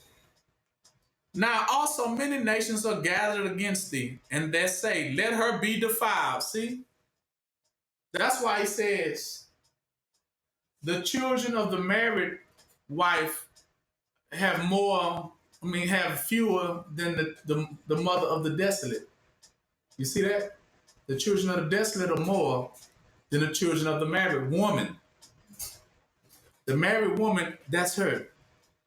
That's Zion. Zion represents a whole mother to us. And we weep because she not built. We weep because we in the land doing other stuff and she lay still in rubbles to this day. Now one of us has desired to go back. Now one of us ever said, let's go back and rebuild that. Let's bring it back to his former glory. Nobody says that. We all say, well, let me do this for myself, let me do that for my. But that's when Yah will begin to say, I rebuke you, Satan, right? Because you don't desire what? Yeah. You don't savor after that. You don't desire Jerusalem or Israel or Zion to be rebuilt, do you? You only care about you and yourself. But while my place lays in rubble, now one of you are concerned. But then you have people who see that and they continue to pillage it. Every time they see it about to be built, they send over there and they attack it. Or they attack anybody who got like shepherds and try to have them quickly crucified. Anyone that will try to inspire the people to want to come back and rebuild it. You know, they say you are a troublemaker. You are a problem. When that is what the Spirit wants, though. Don't be mad at the messenger, they always will say it. This is what Yah wants. And by all means, Yah will get it. Now he says, you have those who say, let her be defiled. See, let her, let Mother Zion stay. And let our eyes look upon Zion. See? Listen, 12, but it say, but they know not the thoughts of the Lord. See? They know not the Spirit.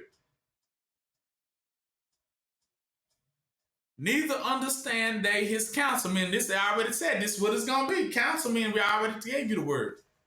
For he shall gather them as the sheaves into the floor. See? Arise and thresh now, O daughter of what? Zion. For I will make your horn iron, and I will make thy hooves brass, and thou shalt beat in pieces many people. And I will consecrate their gain unto the Lord, and their substance unto the Lord of the whole earth. So he's going to gather you and bring those nations against you, but it's for you to what? Arise, meaning be rebuilt, and then what? Thresh.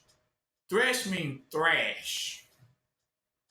You ever had a good thrashing? A thrashing would be similar to getting a bunch of little whips off of trees and winding them up, a bunch of little sticks, like a switch. And then you will go across the backside of a child. That is called a good thrashing.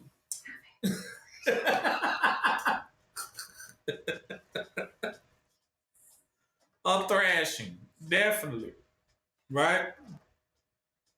So always understand this. Jeremiah 29:11.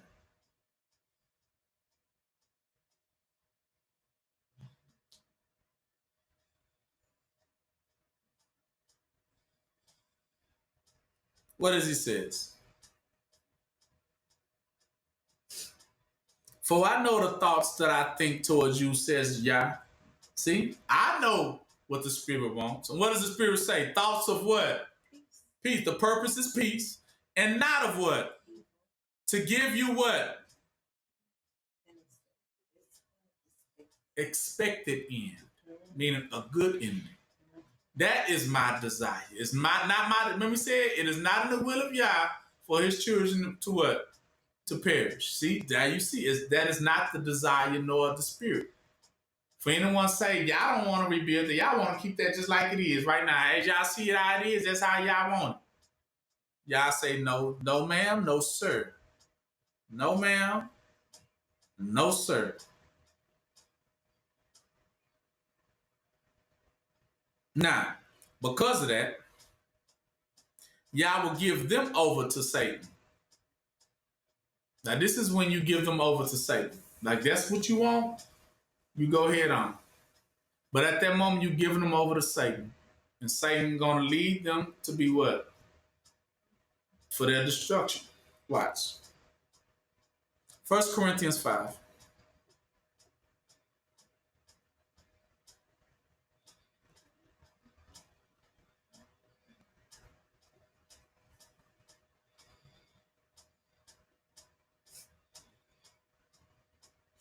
It is reported commonly that there is fornication amongst y'all, and such fornication as it is not so much as named amongst the Gentiles, that one should have his father's wife. He's talking about your forefathers. Remember, your forefathers had begun to do what? Sin. So it's telling you that you should not desire the same fate as them. Because all of them were what? Destroyed. So you should never desire the same wife that they take. Remember, the same job or occupation that they took to go against Israel, because all of them got slaved for doing so. And you are puffed up and have not rather mourned that he that have done this deed might be taken away from what? Amongst you. That's what he's telling you. When you the shepherd, you can't let stuff come and defile the rest of the what? The sheep. For I verily am absent in body, but present in spirit, having judged already as though I were present, concerning him that have so done this deed. In the name of our Yahuwah, when you are gathered together in my spirit with the power of Yah, to deliver such a one unto who? Satan, for the destruction of the flesh, that the spirit may be saved in the day of Yahushua. You see that? So the person gonna die, that the spirit can continue what? See, that's what I mean. Those that are of the spirit will continue going. But remember, those delivered to Satan, Satan gonna take you, claim you, and then lead you right around there to that slaughter land and get you what? Killed. That way he can separate. This is how Yah separates the wheat from the what? So if you ever become a terror, meaning you become a hurt to the detriment to the Israel, the sheep, Yah gonna remove you like he did Moses. You come over here, Moses. Now you can look at the promised land, but you ain't what? You can't go into it because you sinned against what? The children. That's what he told them. Because he told them that from the beginning. Right? Given the instructions, do not take your shoes off for what? You're on holy ground. And if you ever transgress them, then you won't be able to permit it to go with them. Because the spirit gonna always go where it's gonna go. And it's gonna set them at liberty who are going with it. But for you who won't or fight it, you're gonna be held. You the one gonna be held back because you tried to hold what? Them back. See, you reap what you what? You tried to hold them back, so in return, you are on the one gonna end up being what? Held back. That's what it means.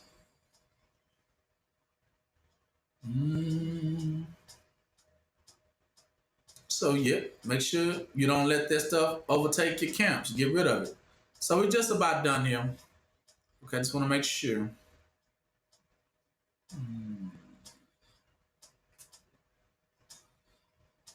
So, for it is not the will of Yah or purpose of the Spirit to leave Zion in a state of misery, anguish, a city under siege, but to rebuild her who mourn the loss of her children, cry, pray, and fast for her glory, and prepare for her return, okay? Prepare for her what? Return. It's not for us to leave her without her children. That's what it means. She cries and mourns because she lost her what? Children. See, those meaning true shepherds. Because every time she gives Israel a shepherd, somebody tries to come and what? Hunt them down and what? Kill them and crucify them so that they'll never inspire Israel to what? That's why they said when they met Yahushua, well, crucify him. Because he going to try to raise Israel what? Back up. No. So now you understand that they went forth to do that, but Yah has prepared another thing that they still will rise. It's not that Israel will be down. And that is the purpose and thoughts of the Spirit, is that you will rise again. And it will send out shepherds and saviors, they call them, or renowned men and women that will come in and bring you back to your remembrance, bring you back to the labor and what you know you needed to do, so that you can start the rebuilding processes of Israel. That's why Joshua said, as far as me and my household, we will what? Serve the Lord, okay?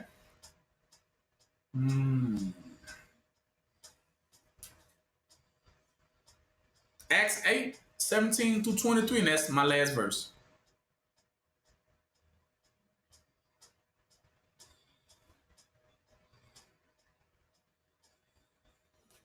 Acts 8, 17. I've been meaning to get to this one for quite a while, But it'd be so many other things I know y'all need to know. But this is a very good one too that y'all can learn more about. I'm gonna go into it one day more into detail, but I'm just giving y'all the scripture for right now, and that y'all can just kind of keep with you and just kind of think it over. But this one, last one I want to talk about was something that I wanted this gift to be imparted to y'all was called laying on of hands and what it means. You ever heard of that? Somebody lay hands on you and they hear you by laying hands. Now, laying of hands is done when those that do fast and pray, these are the elders of the church, these are the shepherds. Now, they're able to lay hands on you, and then you can recover your sight, your memory, or anything that held you back, you will remember. And then you're able to go forth in that truth and in that strength and power of it, to be in confidence to be able to perform the things that Yah has given unto you and things that Yah has already permitted for you to do. Now, concerning those things, according to popular belief, they talk about laying hands mean physical hands on a person, but that is not necessarily what that means spiritually. The laying of hands on someone actually means that you came to them and gave them their prophecy. That is the true laying of hands. You speak the word to them in prophecy concerning them. Remember, he said that in the voice, they remember that voice, because that was the command that woke them up. When they heard it, that's the command. That was for me. And that was all the motivation and drive that they actually needed. The same way they drive around cattle, but to drive around men and women and daughters and sons of Yah, they need to hear a commanding word towards them. Now, Eleazar was what you call a shepherd. He was a leader, a commander of Israel. The same way Lazarus, that's why he said he woke him back what? Brought him back from the what? From the dead, to perform his services in which he knew he had to do, which was to rebuild what? Israel. He knew he was given that command. He knew he was given that power. He knew he was entrusted with that to do so, and to make sure that the children of Israel and Zion prospered and became that great city once again, which it definitely is taking place and will happen. And it's definitely in the processes. But remember, that's part of the war that a lot of people was trying to come against that. Remember, they already told you what the children of Lot have already said. They come in the uproar and the flooding waters of, we don't want it to be rebuilt. We wanted to keep it in ruins, but we know that that's not what the Spirit wants. The Spirit wants to rebuild Israel, standing an established nation amongst all other nations. Right now, as you can see, that has not happened, but it is to come. That will be the end all. After the end all, everybody that's in opposition of Israel being rebuilt will be put to death. And all of those who have ever tried to stop or prevent that matter, which we know is a lot of people, all that we're doing is just marking those who have sat and went about to prevent those things.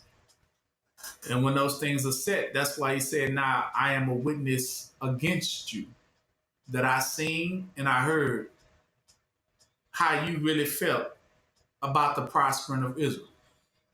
For those who say, I can care less about it. Where my check at? Or I can care less. They fine. They okay. They be all right. We ain't got to give reparations or things like that. It's not that they need reparations. They don't. Because they will collect themselves. And when they begin to rebuild, they're going to build in such a way that it won't be nothing to come against it anyway. And then Yah will be there in the midst, and Yahushua, in the presence of them all. That when the enemy does try to come up like a flood, Yah will put a standard between the two of them, which is Yahushua. And he will be with a sword there to take vengeance on them with you guys. So that is always going to be the purpose and the fate. Because once it is built, ain't nothing finna ever tear it back down. And they know that. That's why they don't want to see it being built in the first place. So laying of the hands represent the prophecy that every one of us ever had to hear to wake us up for it is written, right? So we understand those things. That was why when Yahushua always prayed, he didn't lay hands on Lazarus. He spoke a word, didn't he? And he prayed and fasted. That is what wakes us up. But it also comes with the care. Remember I told you, you can't do it if you don't what? The key to everything is caring. If you don't care, it's impossible for you to perform any miracles or works. But it has to be done with a level of care. Meaning, do you really care that Israel be reborn? Now, those of us who do, we weep for them. We cry because we want it to happen. And that's why our sincerity, these are the tears that are drawn out of our eyes. We like how you can cry about Bambi getting slayed, but you can't cry when you see Israel down. These are those that are not Israel. But those that want to see Israel come back and make that comeback and seeing her in her former glory, that should be where your tears lie, right? And that should be above your anything of what you can build if you ain't building that. That's why he called it, I'm a great master builder. Now you understand what it is that you must build.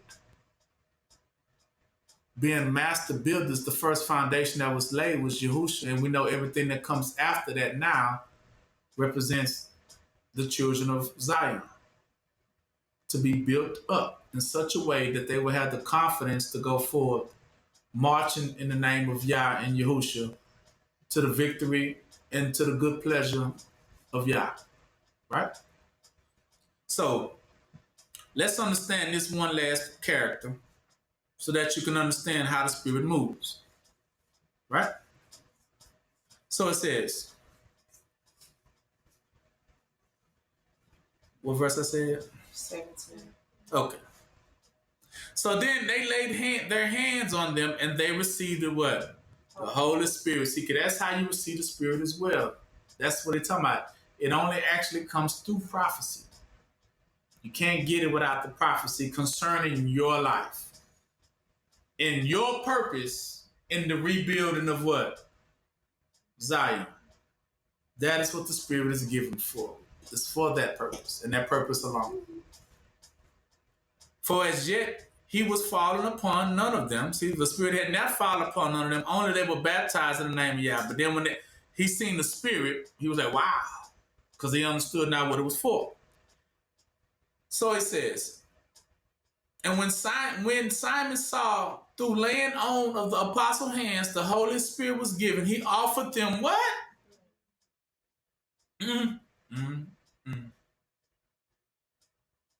Saying, give me also this power, that whosoever I lay hands, he may receive the Spirit too, the Holy Ghost. Or the drive, they call it the purpose. But Peter said unto him, thy money, because he knew better, right? Your money will perish what? With you. Because you has thought that the gift of Yah may be purchased with money. Because how much is the Spirit worth? 0. You can't what? You can't buy it. So that means, go back to what we said in the beginning, the hireling, remember? Who only did it for the what? Money. So we know that one never had no what? Spirit. Because the Spirit don't give out money, neither nor does it what? Collect money. That's no spirit in that. But it's done with a sincerity.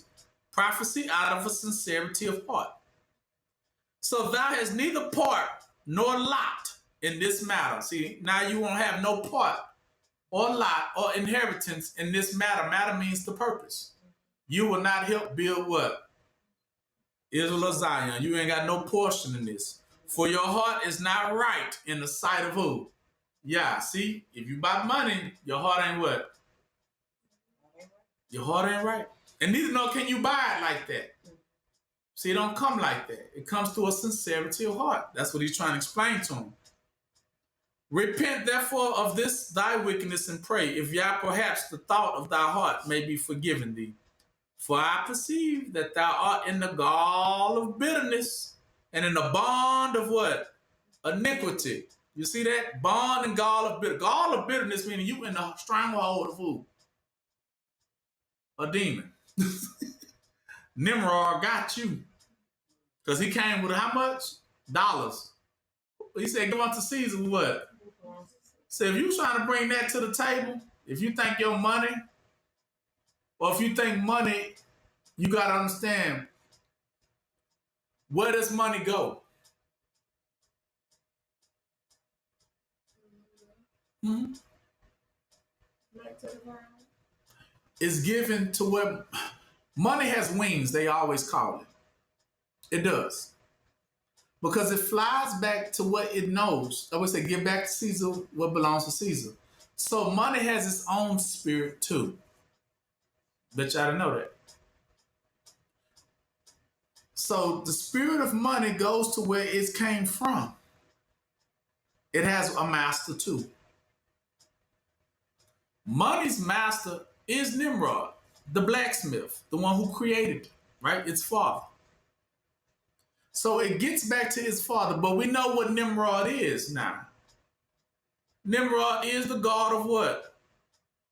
War. So you notice that all the money that ever is made, it always, you paying taxes, taxes go to fund what? The militaries, right? The armed defenses, right? So it's telling you that the money, you always follow the money, the trail of where the money leads to, and you will come to find out all money is filtered to war. Remember they giving billions to Israel for what? To fund their what? So money always funds what? And you didn't know that. Because that's the spirit behind money. Money is green for a reason because money represents army. So money always funnels back to, it campaigns people's wars. So that's where money goes. So if you're all about money, then that money gonna lead you right to what? It's gonna lead you to war. Don't follow and don't chase behind what? Because it's gonna lead you to your what? To your death. Amen. Exactly. That's why I said money is the root of all. The love of money or the chase after money is the root of what? Because it's rooted, meaning its father has an evil purpose behind it. He didn't create it.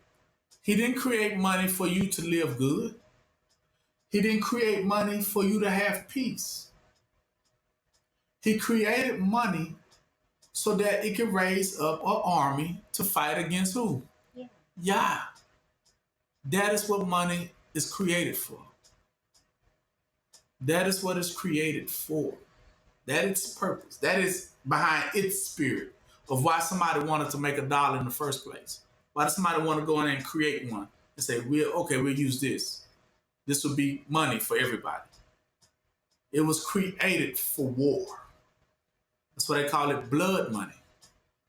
It's the price of what? War. So those of us who chase after, I gotta have it. I gotta get it. Mm-hmm. You're gonna realize you're trying to chase how they call it a little white rabbit. Yeah. And where's the rabbit running to? It's running to war. And it's got you chasing behind it and it's telling you, come on. That's why they do them little races, like at the dog track or the horse track. When it comes out, the white rabbit, it meaning what is your motivation? What motivates you? They know money is the what? Motivation. The motivator. It's the dinner bell. Come. Ding-a-ling-a-ling, ding-a-ling-a-ling. They wave money, you what?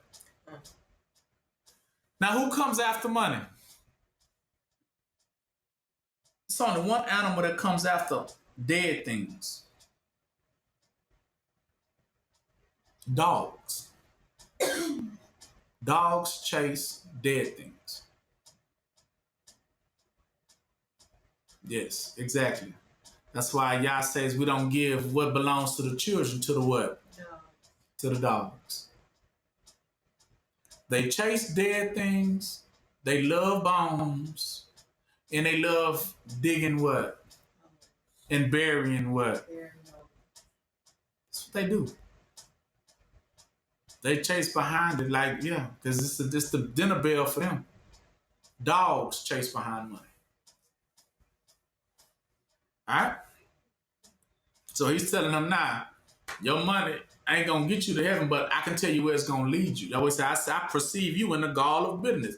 Perceive meaning it's a vision. I already see where it's headed for you.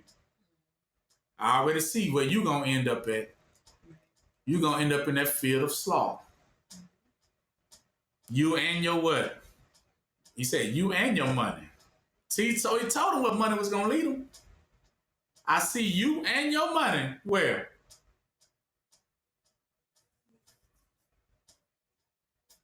Judas, remember Judas?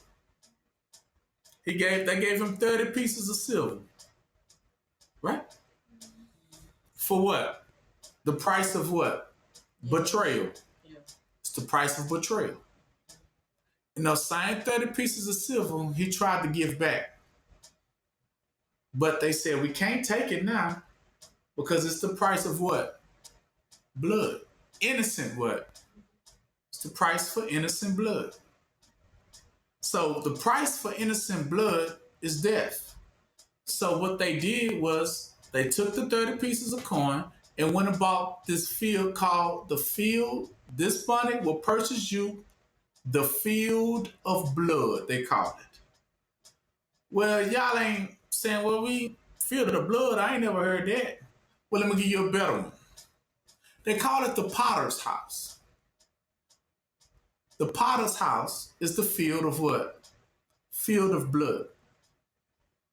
This is what you get in exchange for betraying innocent blood, is that you go there, you get hung, suicide, and you lose your what? That's what it means, the slaughter.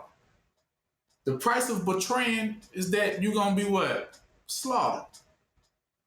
So that was what the 30 coins represented. And right after Judas did it, he went and committed suicide and got his head taken off. Because the price of betrayal of the spirit is what? Suicide. By death.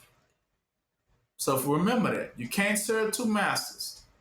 The price of he said you either gonna serve y'all or you're gonna deny the other. One, but if you can't have both. So remember, money is going to war. Now, the price of taking money over the spirit is what? You have inherited for yourself what? The field of what? Field of blood. Meaning the place where everything goes to get slaughtered.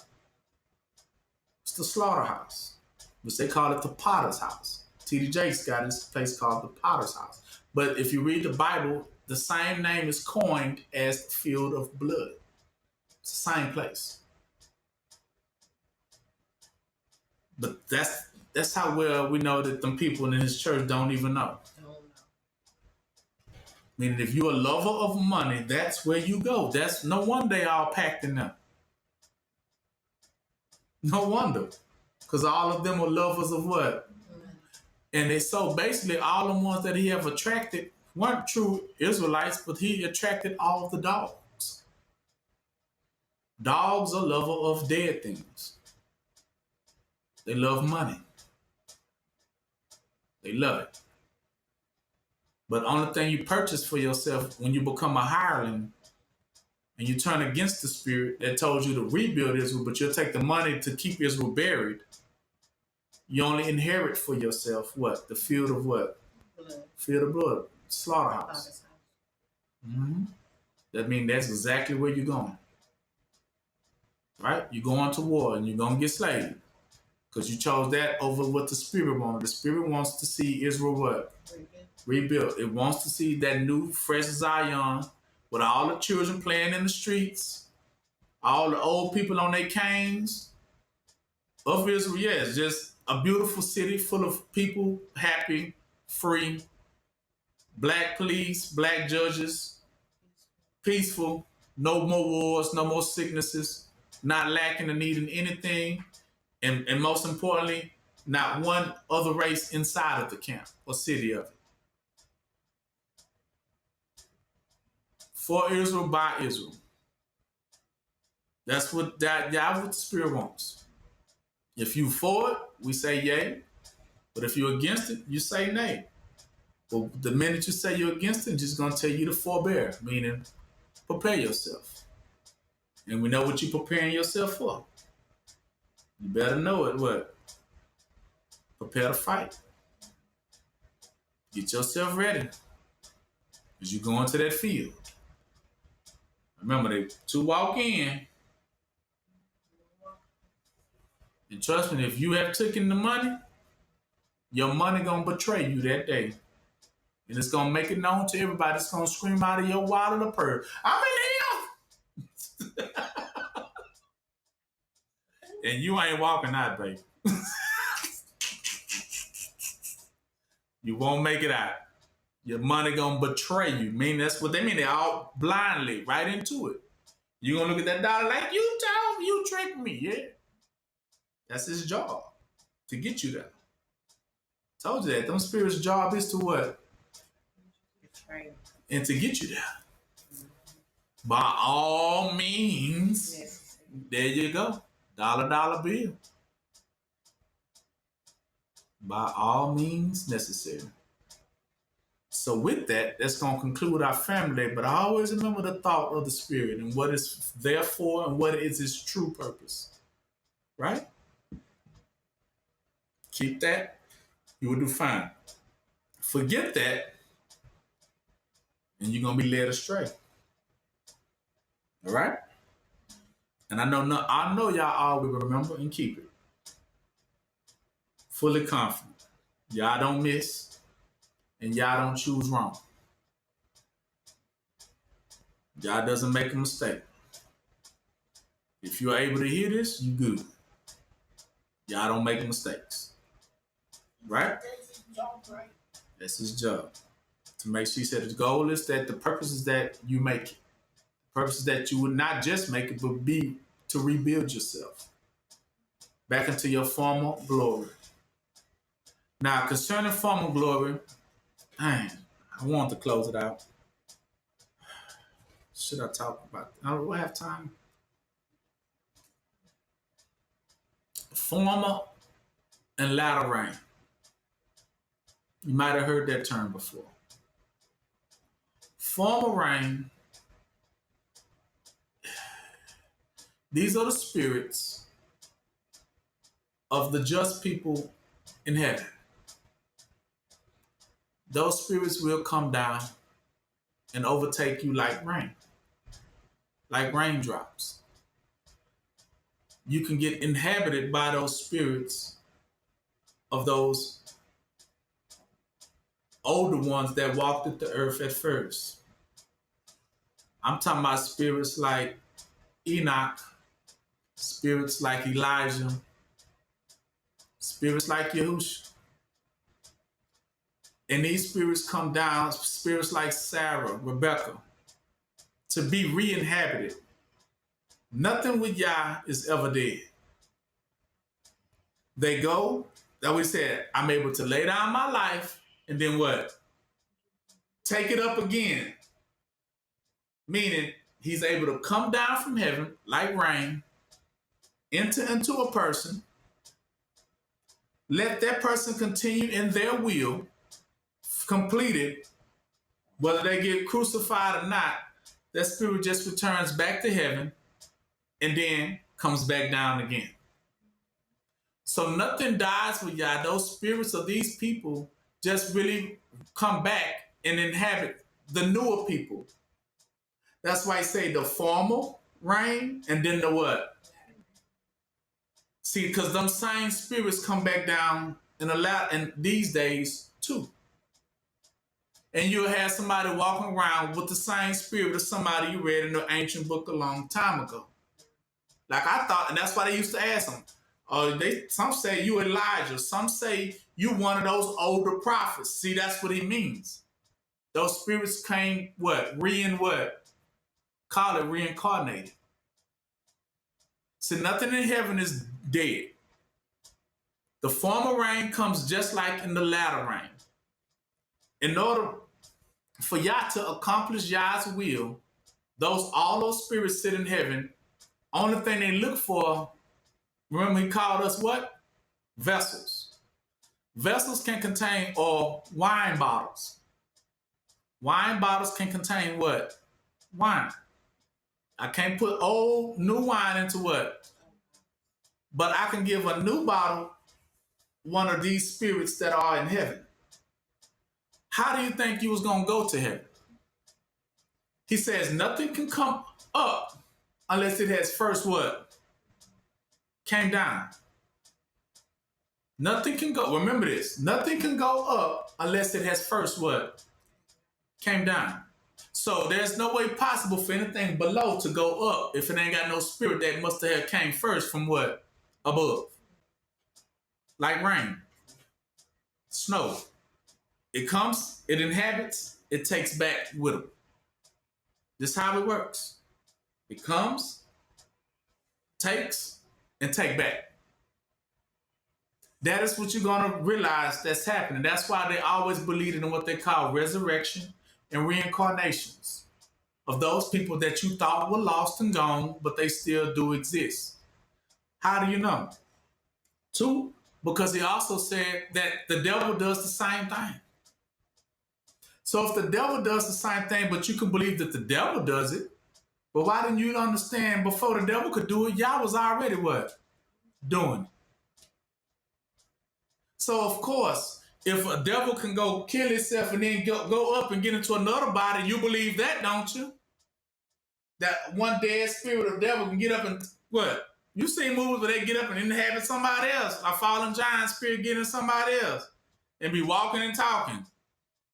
You say, oh, they can do that. But you don't believe for 1 second y'all don't send down their spirits too? To do the same thing? To inhabit certain people at certain times in order for them to act according to the spirit in which is necessary and fulfill the purpose thereof. So y'all's always doing it. How do you think he said the scripture's going to be fulfilled? What he says, and then they looked up and seen the one in whom they have pierced walking on earth. Somebody that went up, came back down, and then it said the last days, Yahushua going to be walking on earth? The same way he went up is the same way he finna what? Come back down. That's what it means. You're going to one day wake up and be like, oh, Yahushua here. And you're going to be like, well, dang, that's Yahushua right there. That's how it works. It's not that y'all always looks for the vessel. Remember how you know? Because then it said when Yahushua got baptized, the spirit came down like a dove. It's in the book. And what? Inhabited him? Didn't it say that? What spirit was that?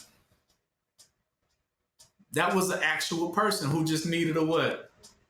He needed the vessel. And Yahushua was what? The vessel.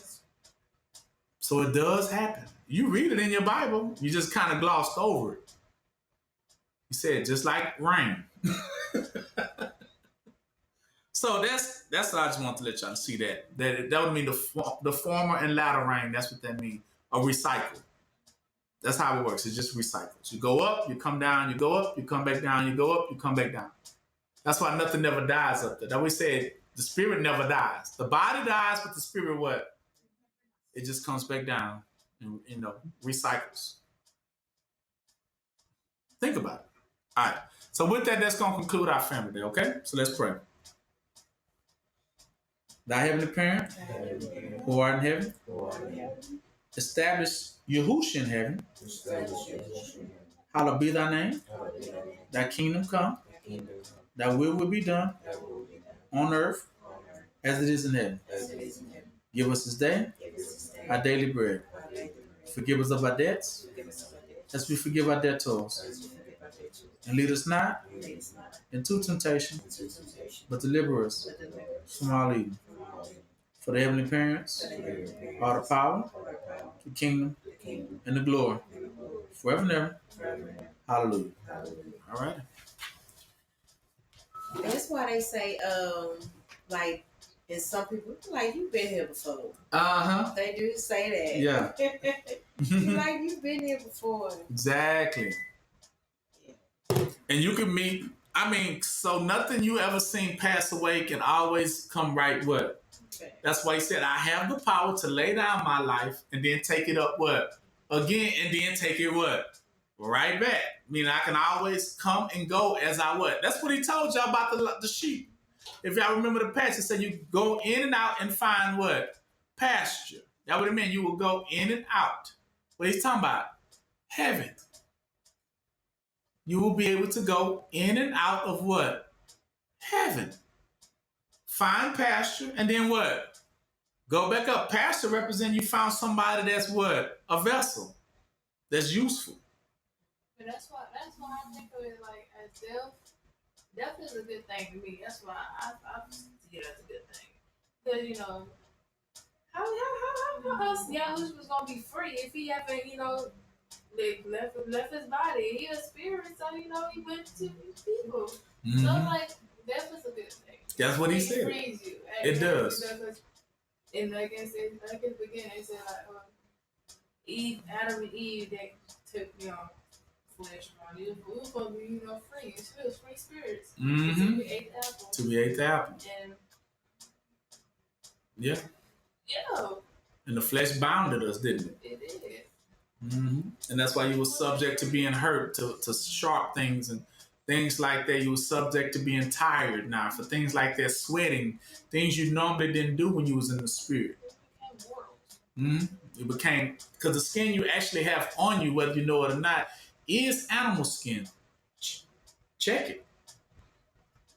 Go pick your nearest animal, pull its skin, feel the elasticity of it, and then do your skin. And then get a bang out of life when you realize, dang, I look just like for instance, some Chinese people look like, to me, I always looked at like cheetahs. Some of them look like panda. Yes, exactly. Think about it. Yes. They got the tight eyes. That's what cheetah has them same with. Yeah, you can tell they look like those people. Like they look like animals. You can see it in some of the people looking like an animal. But yeah, no, we actually have what you call animal skin because this is animal kingdom. But the spirit that exists inside of it has to always, basically what it's doing for us, I always say when you're born of man, the first man, Adam, you was born as an animal. Meaning you had carnal and savage what? Savage ways, didn't you? Just like an animal. That's why I say animals are subject to what? Violence. They bow to what? Violence. They scared of it, they fear it, they honor it. Just like any animal would. Is that what they're talking about? Survival of the what? The fittest. See, that's how animals talk. So man, we look at the most strongest one physically, and that's the one we all fear. Right? The one we feel like can ravage or tear anyone apart with their bare hands. Like, oh, that's the one. And that's animal world, because in the animals, that's who rules, right? The strongest animal rules, right? But the spirit is teaching you to discipline yourself, not to go to your animalistic what? Nature. It subdues it. So you used to have an animal mind, but then it subdues it, because rape is an animal thing. It's an animal's impulse. A molestation, it's an animal's impulse. So the spirit reduces and diminishes those animal-like what? Behaviors. When you learn how to eat with a fork instead of, those things, what I used to say to people, they too barbaric. Yeah, exactly. Barbaric, meaning you like an animal out there. A beast. They call you a savage. Exactly. Whether you walk around out here loving blood or killing folks, serial killers and stuff, that's an animal. Nothing more. So those urges and those mindsets are diminished through the spirit of man. Skinwalkers are. Right. And now you learn not to answer to those impulses of violence, right? But you answer to now the word of what? Right. And now you have a different impulse. The impulse is to walk off, it is written. Neither not lifting up your hand, not lifting up your feet, like an animal would, right? Not lifting up no knife, not lifting up no sword, not even a fry skillet. But to understand, for it is what? It's a whole different impulse. And it subdues the animal-like impulse of violence. Blood and violence. You're no longer that, because that's what animals do. So that's what and he says, now those who get that part, full of that spirit, those are useful to Yah. Because he can take them and y'all can become sons and what? Daughters of Yah. Meaning those who have the proper, impulses. And not those of animalistic impulses, because that's the first man. But the second one is what? Spiritual. They don't have those same what? Impulses, and neither know if they're driven or motivated by those things. And they definitely ain't fearing or terrified by it. But they know how to walk as men and women, understand that Yah only fear who? Yah, right? And that's their new mindset, and that's how they are. But in the spirit of just men and women, courageous men and women, that's why he says, so let the weak what? Say I'm strong, inhabiting newer spirits that are full of those courageous ones, because these names are already written in the book of what? Book of life. So these names or spirits already exist in heaven. You know, it's a collection of them that already exist. That we said, when we get around the throne, you're going to see them spirits. And they always asking like, yeah, let me go down. Yeah, I'll do it. Yeah, pick me. And then Yah will pick one of those spirits and they will go and inhabit what? A person. And that person will begin to do the will of that spirit. That's how it works.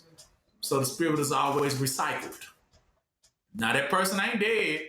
That spirit just goes up and then waits for the next what? Orders or command. Go to who? I need to go where? Okay, I'm on it. They'll find somebody and then get in you. They already let you know that they overtaking you, because this is how you know. It's the minute you get that name change. When you get that name change, that's no longer you. Exactly.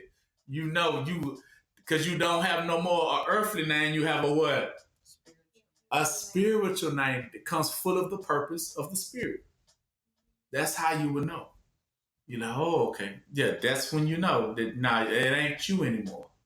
That's that spirit now. That's overriding you and caring about what is focused on Yah's purpose. And whatever the purpose of the spirit and the purpose of Yah, which is to rebuild what? Israel. And that's all it's focused on. And it has a zeal, a passion, and a drive for it in that charity to perform it flawlessly. Perfect. And ain't nothing gonna stop it until it achieves that. You know, that's what the spirit wants. That's what the spirit gonna get, and it's gonna do it. That's why I say the spirit is always on fire. It's fervent, meaning it has a passion, has a desire to it. That to get the will what? Done. It wants to fulfill Yah's what? Will. Yeah, that's all it has in it. And so when you get that spirit, that's the spirit of the new man. That's what he said. He said, "Let one be born what? Again, he can by no means enter into what? The kingdom of heaven." That's what he's trying to tell you. Unless you get one of these new spirits that belong in heaven, you will by no means what? Can go up to what? Without one of those spirits that already exist where? In heaven.